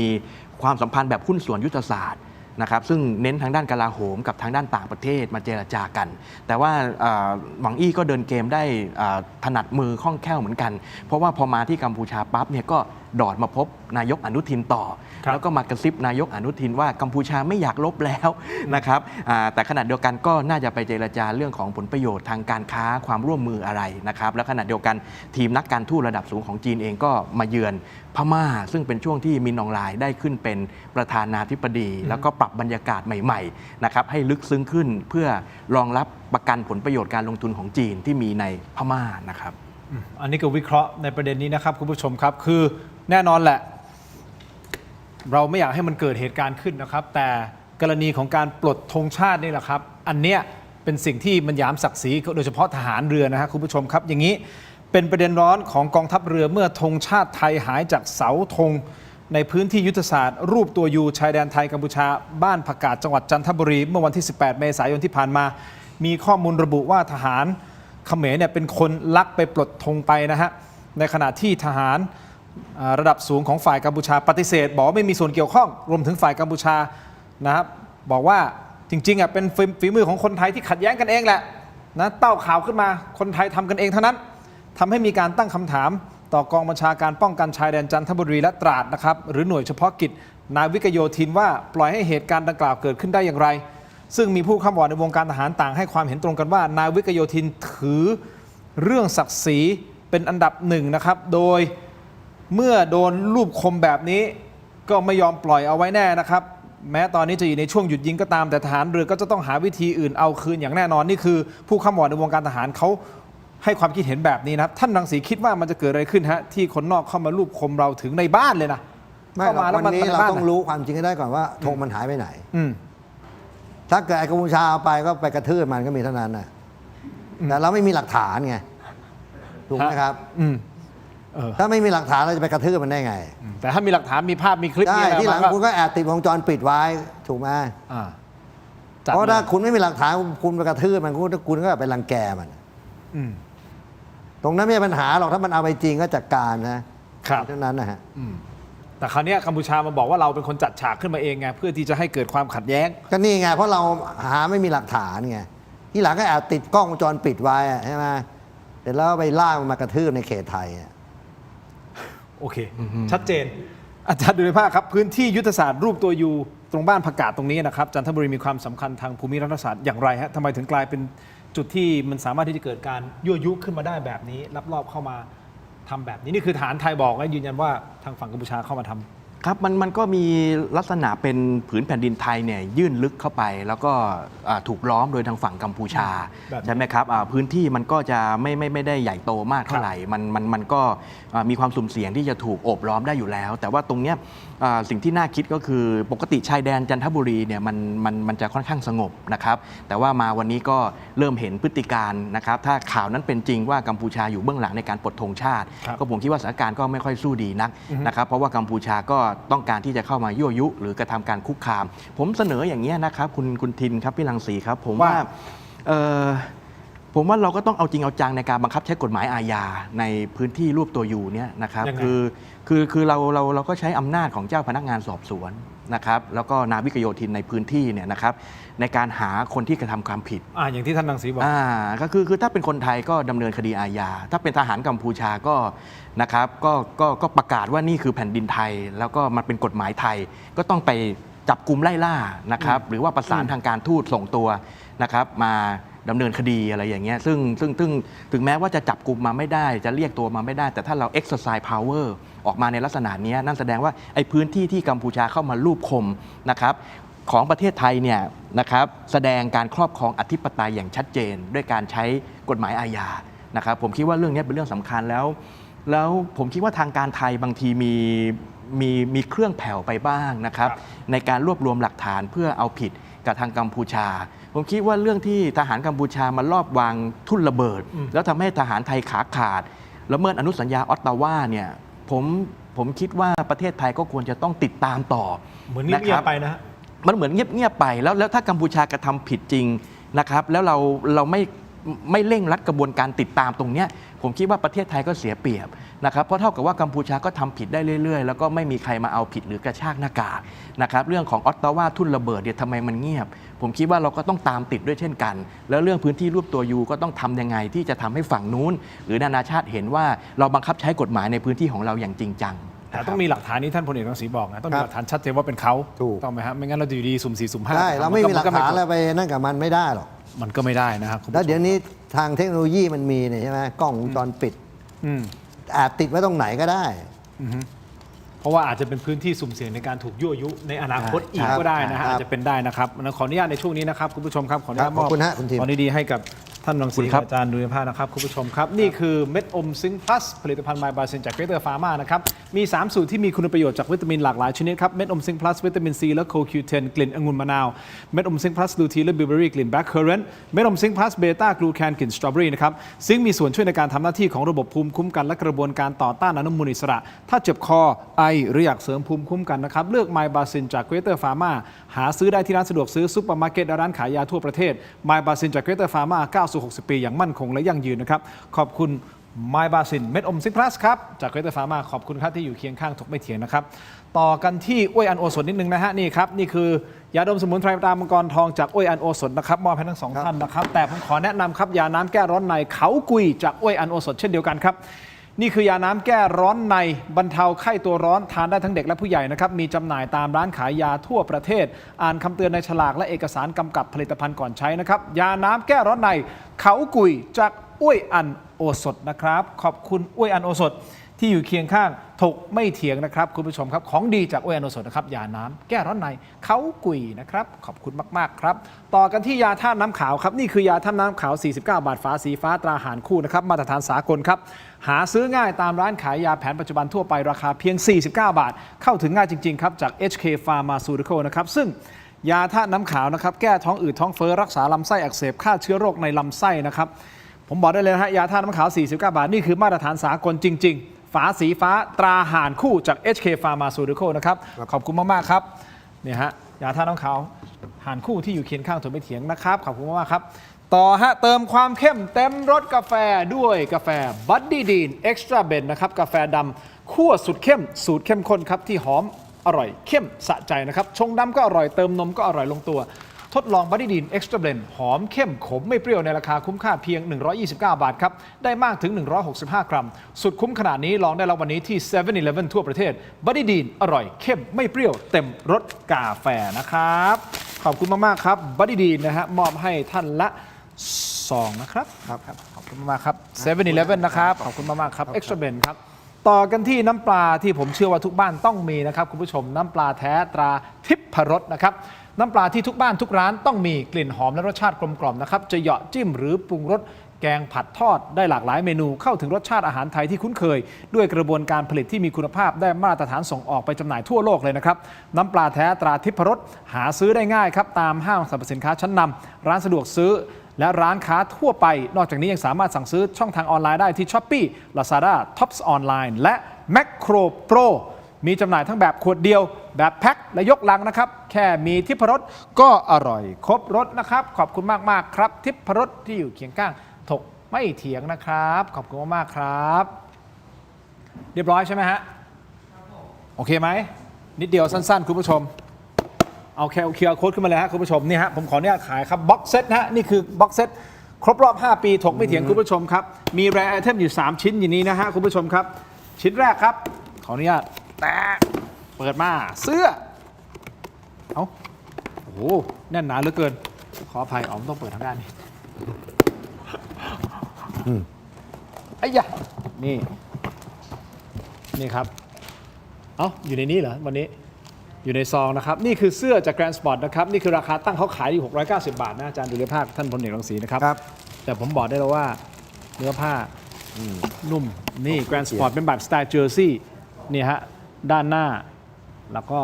ด้านหลังเป็นแบบนี้นะครับเป็นเจอร์ซี่ฟุตบอลเจอร์ซี่นะที่เขาฮิตกันอยู่นะครับใส่แล้วเนื้อผ้าบางเบาสบายใส่แล้วเย็นสบายนะครับไม่ร้อนนะครับแบบนี้ครับนี่คือเสื้อ Limited Edition ถกไม่เถียงนะครับและยังมีสติกเกอร์แบบนี้ครับตึ้งสแกน QR Code หน้าจอด้วยนะครับชุดละ799 บาทนี่คือสติกเกอร์ทินน้อยร้อยอาชีพนะครับเป็นหน้าผมเองนะครับในนี้มีอยู่10 อาชีพนะครับคุณผู้ชมครับสามารถที่ไปติดนะฮะโทรศัพท์มือถือของท่านได้นะครับคุณผู้ชมครับนี่แล้วก็มีไอเทมหนึ่งครับนี่เป็นเคสใส่นะฮะขออนุญาตยาดมครับเป็นยาดมถกไม่เถียงครับเพราะฉะนั้นถ้าท่านเถียงใครไม่ขึ้นกรุณาดมยาดมนี้เพราะว่านี่คือยาดมถกไม่เถียงดมแล้วเถียงต่อได้ครับดมแล้วเถียงต่อได้นะครับนี่ข้างในเป็นยาดมสมุนไพรตามังกรทองนะฮะจากอุ้ยอันโอสถนะครับแบบนี้ให้ไปด้วยนะครับคุณผู้ชมเป็นเคสยาดมแบบนี้นะครับแล้วก็มีที่ห้อยพวงกุญแจแบบนี้สวยงามครับเป็น Limited Edition นะครับสินค้านำเข้ารอคุณนำออกนะฮะคุณผู้ชมครับ799 บาทนะครับ799 บาทนะฮะอย่าลืมครับคุณผู้ชมครับเข้ามาสแกน QR Code สั่งซื้อเป็นพรีออเดอร์นะฮะเสื้อเนี่ยมีทั้งหมดเนี่ย9ไซส์ด้วยกันนะฮะเลือกได้นะครับและที่สำคัญครับรายได้หลังหักค่าใช้จ่ายนะครับมอบส่วนหนึ่งมอบให้กับมูลนิธิบ้านพระพรด้วยนะครับมีอะไรครับ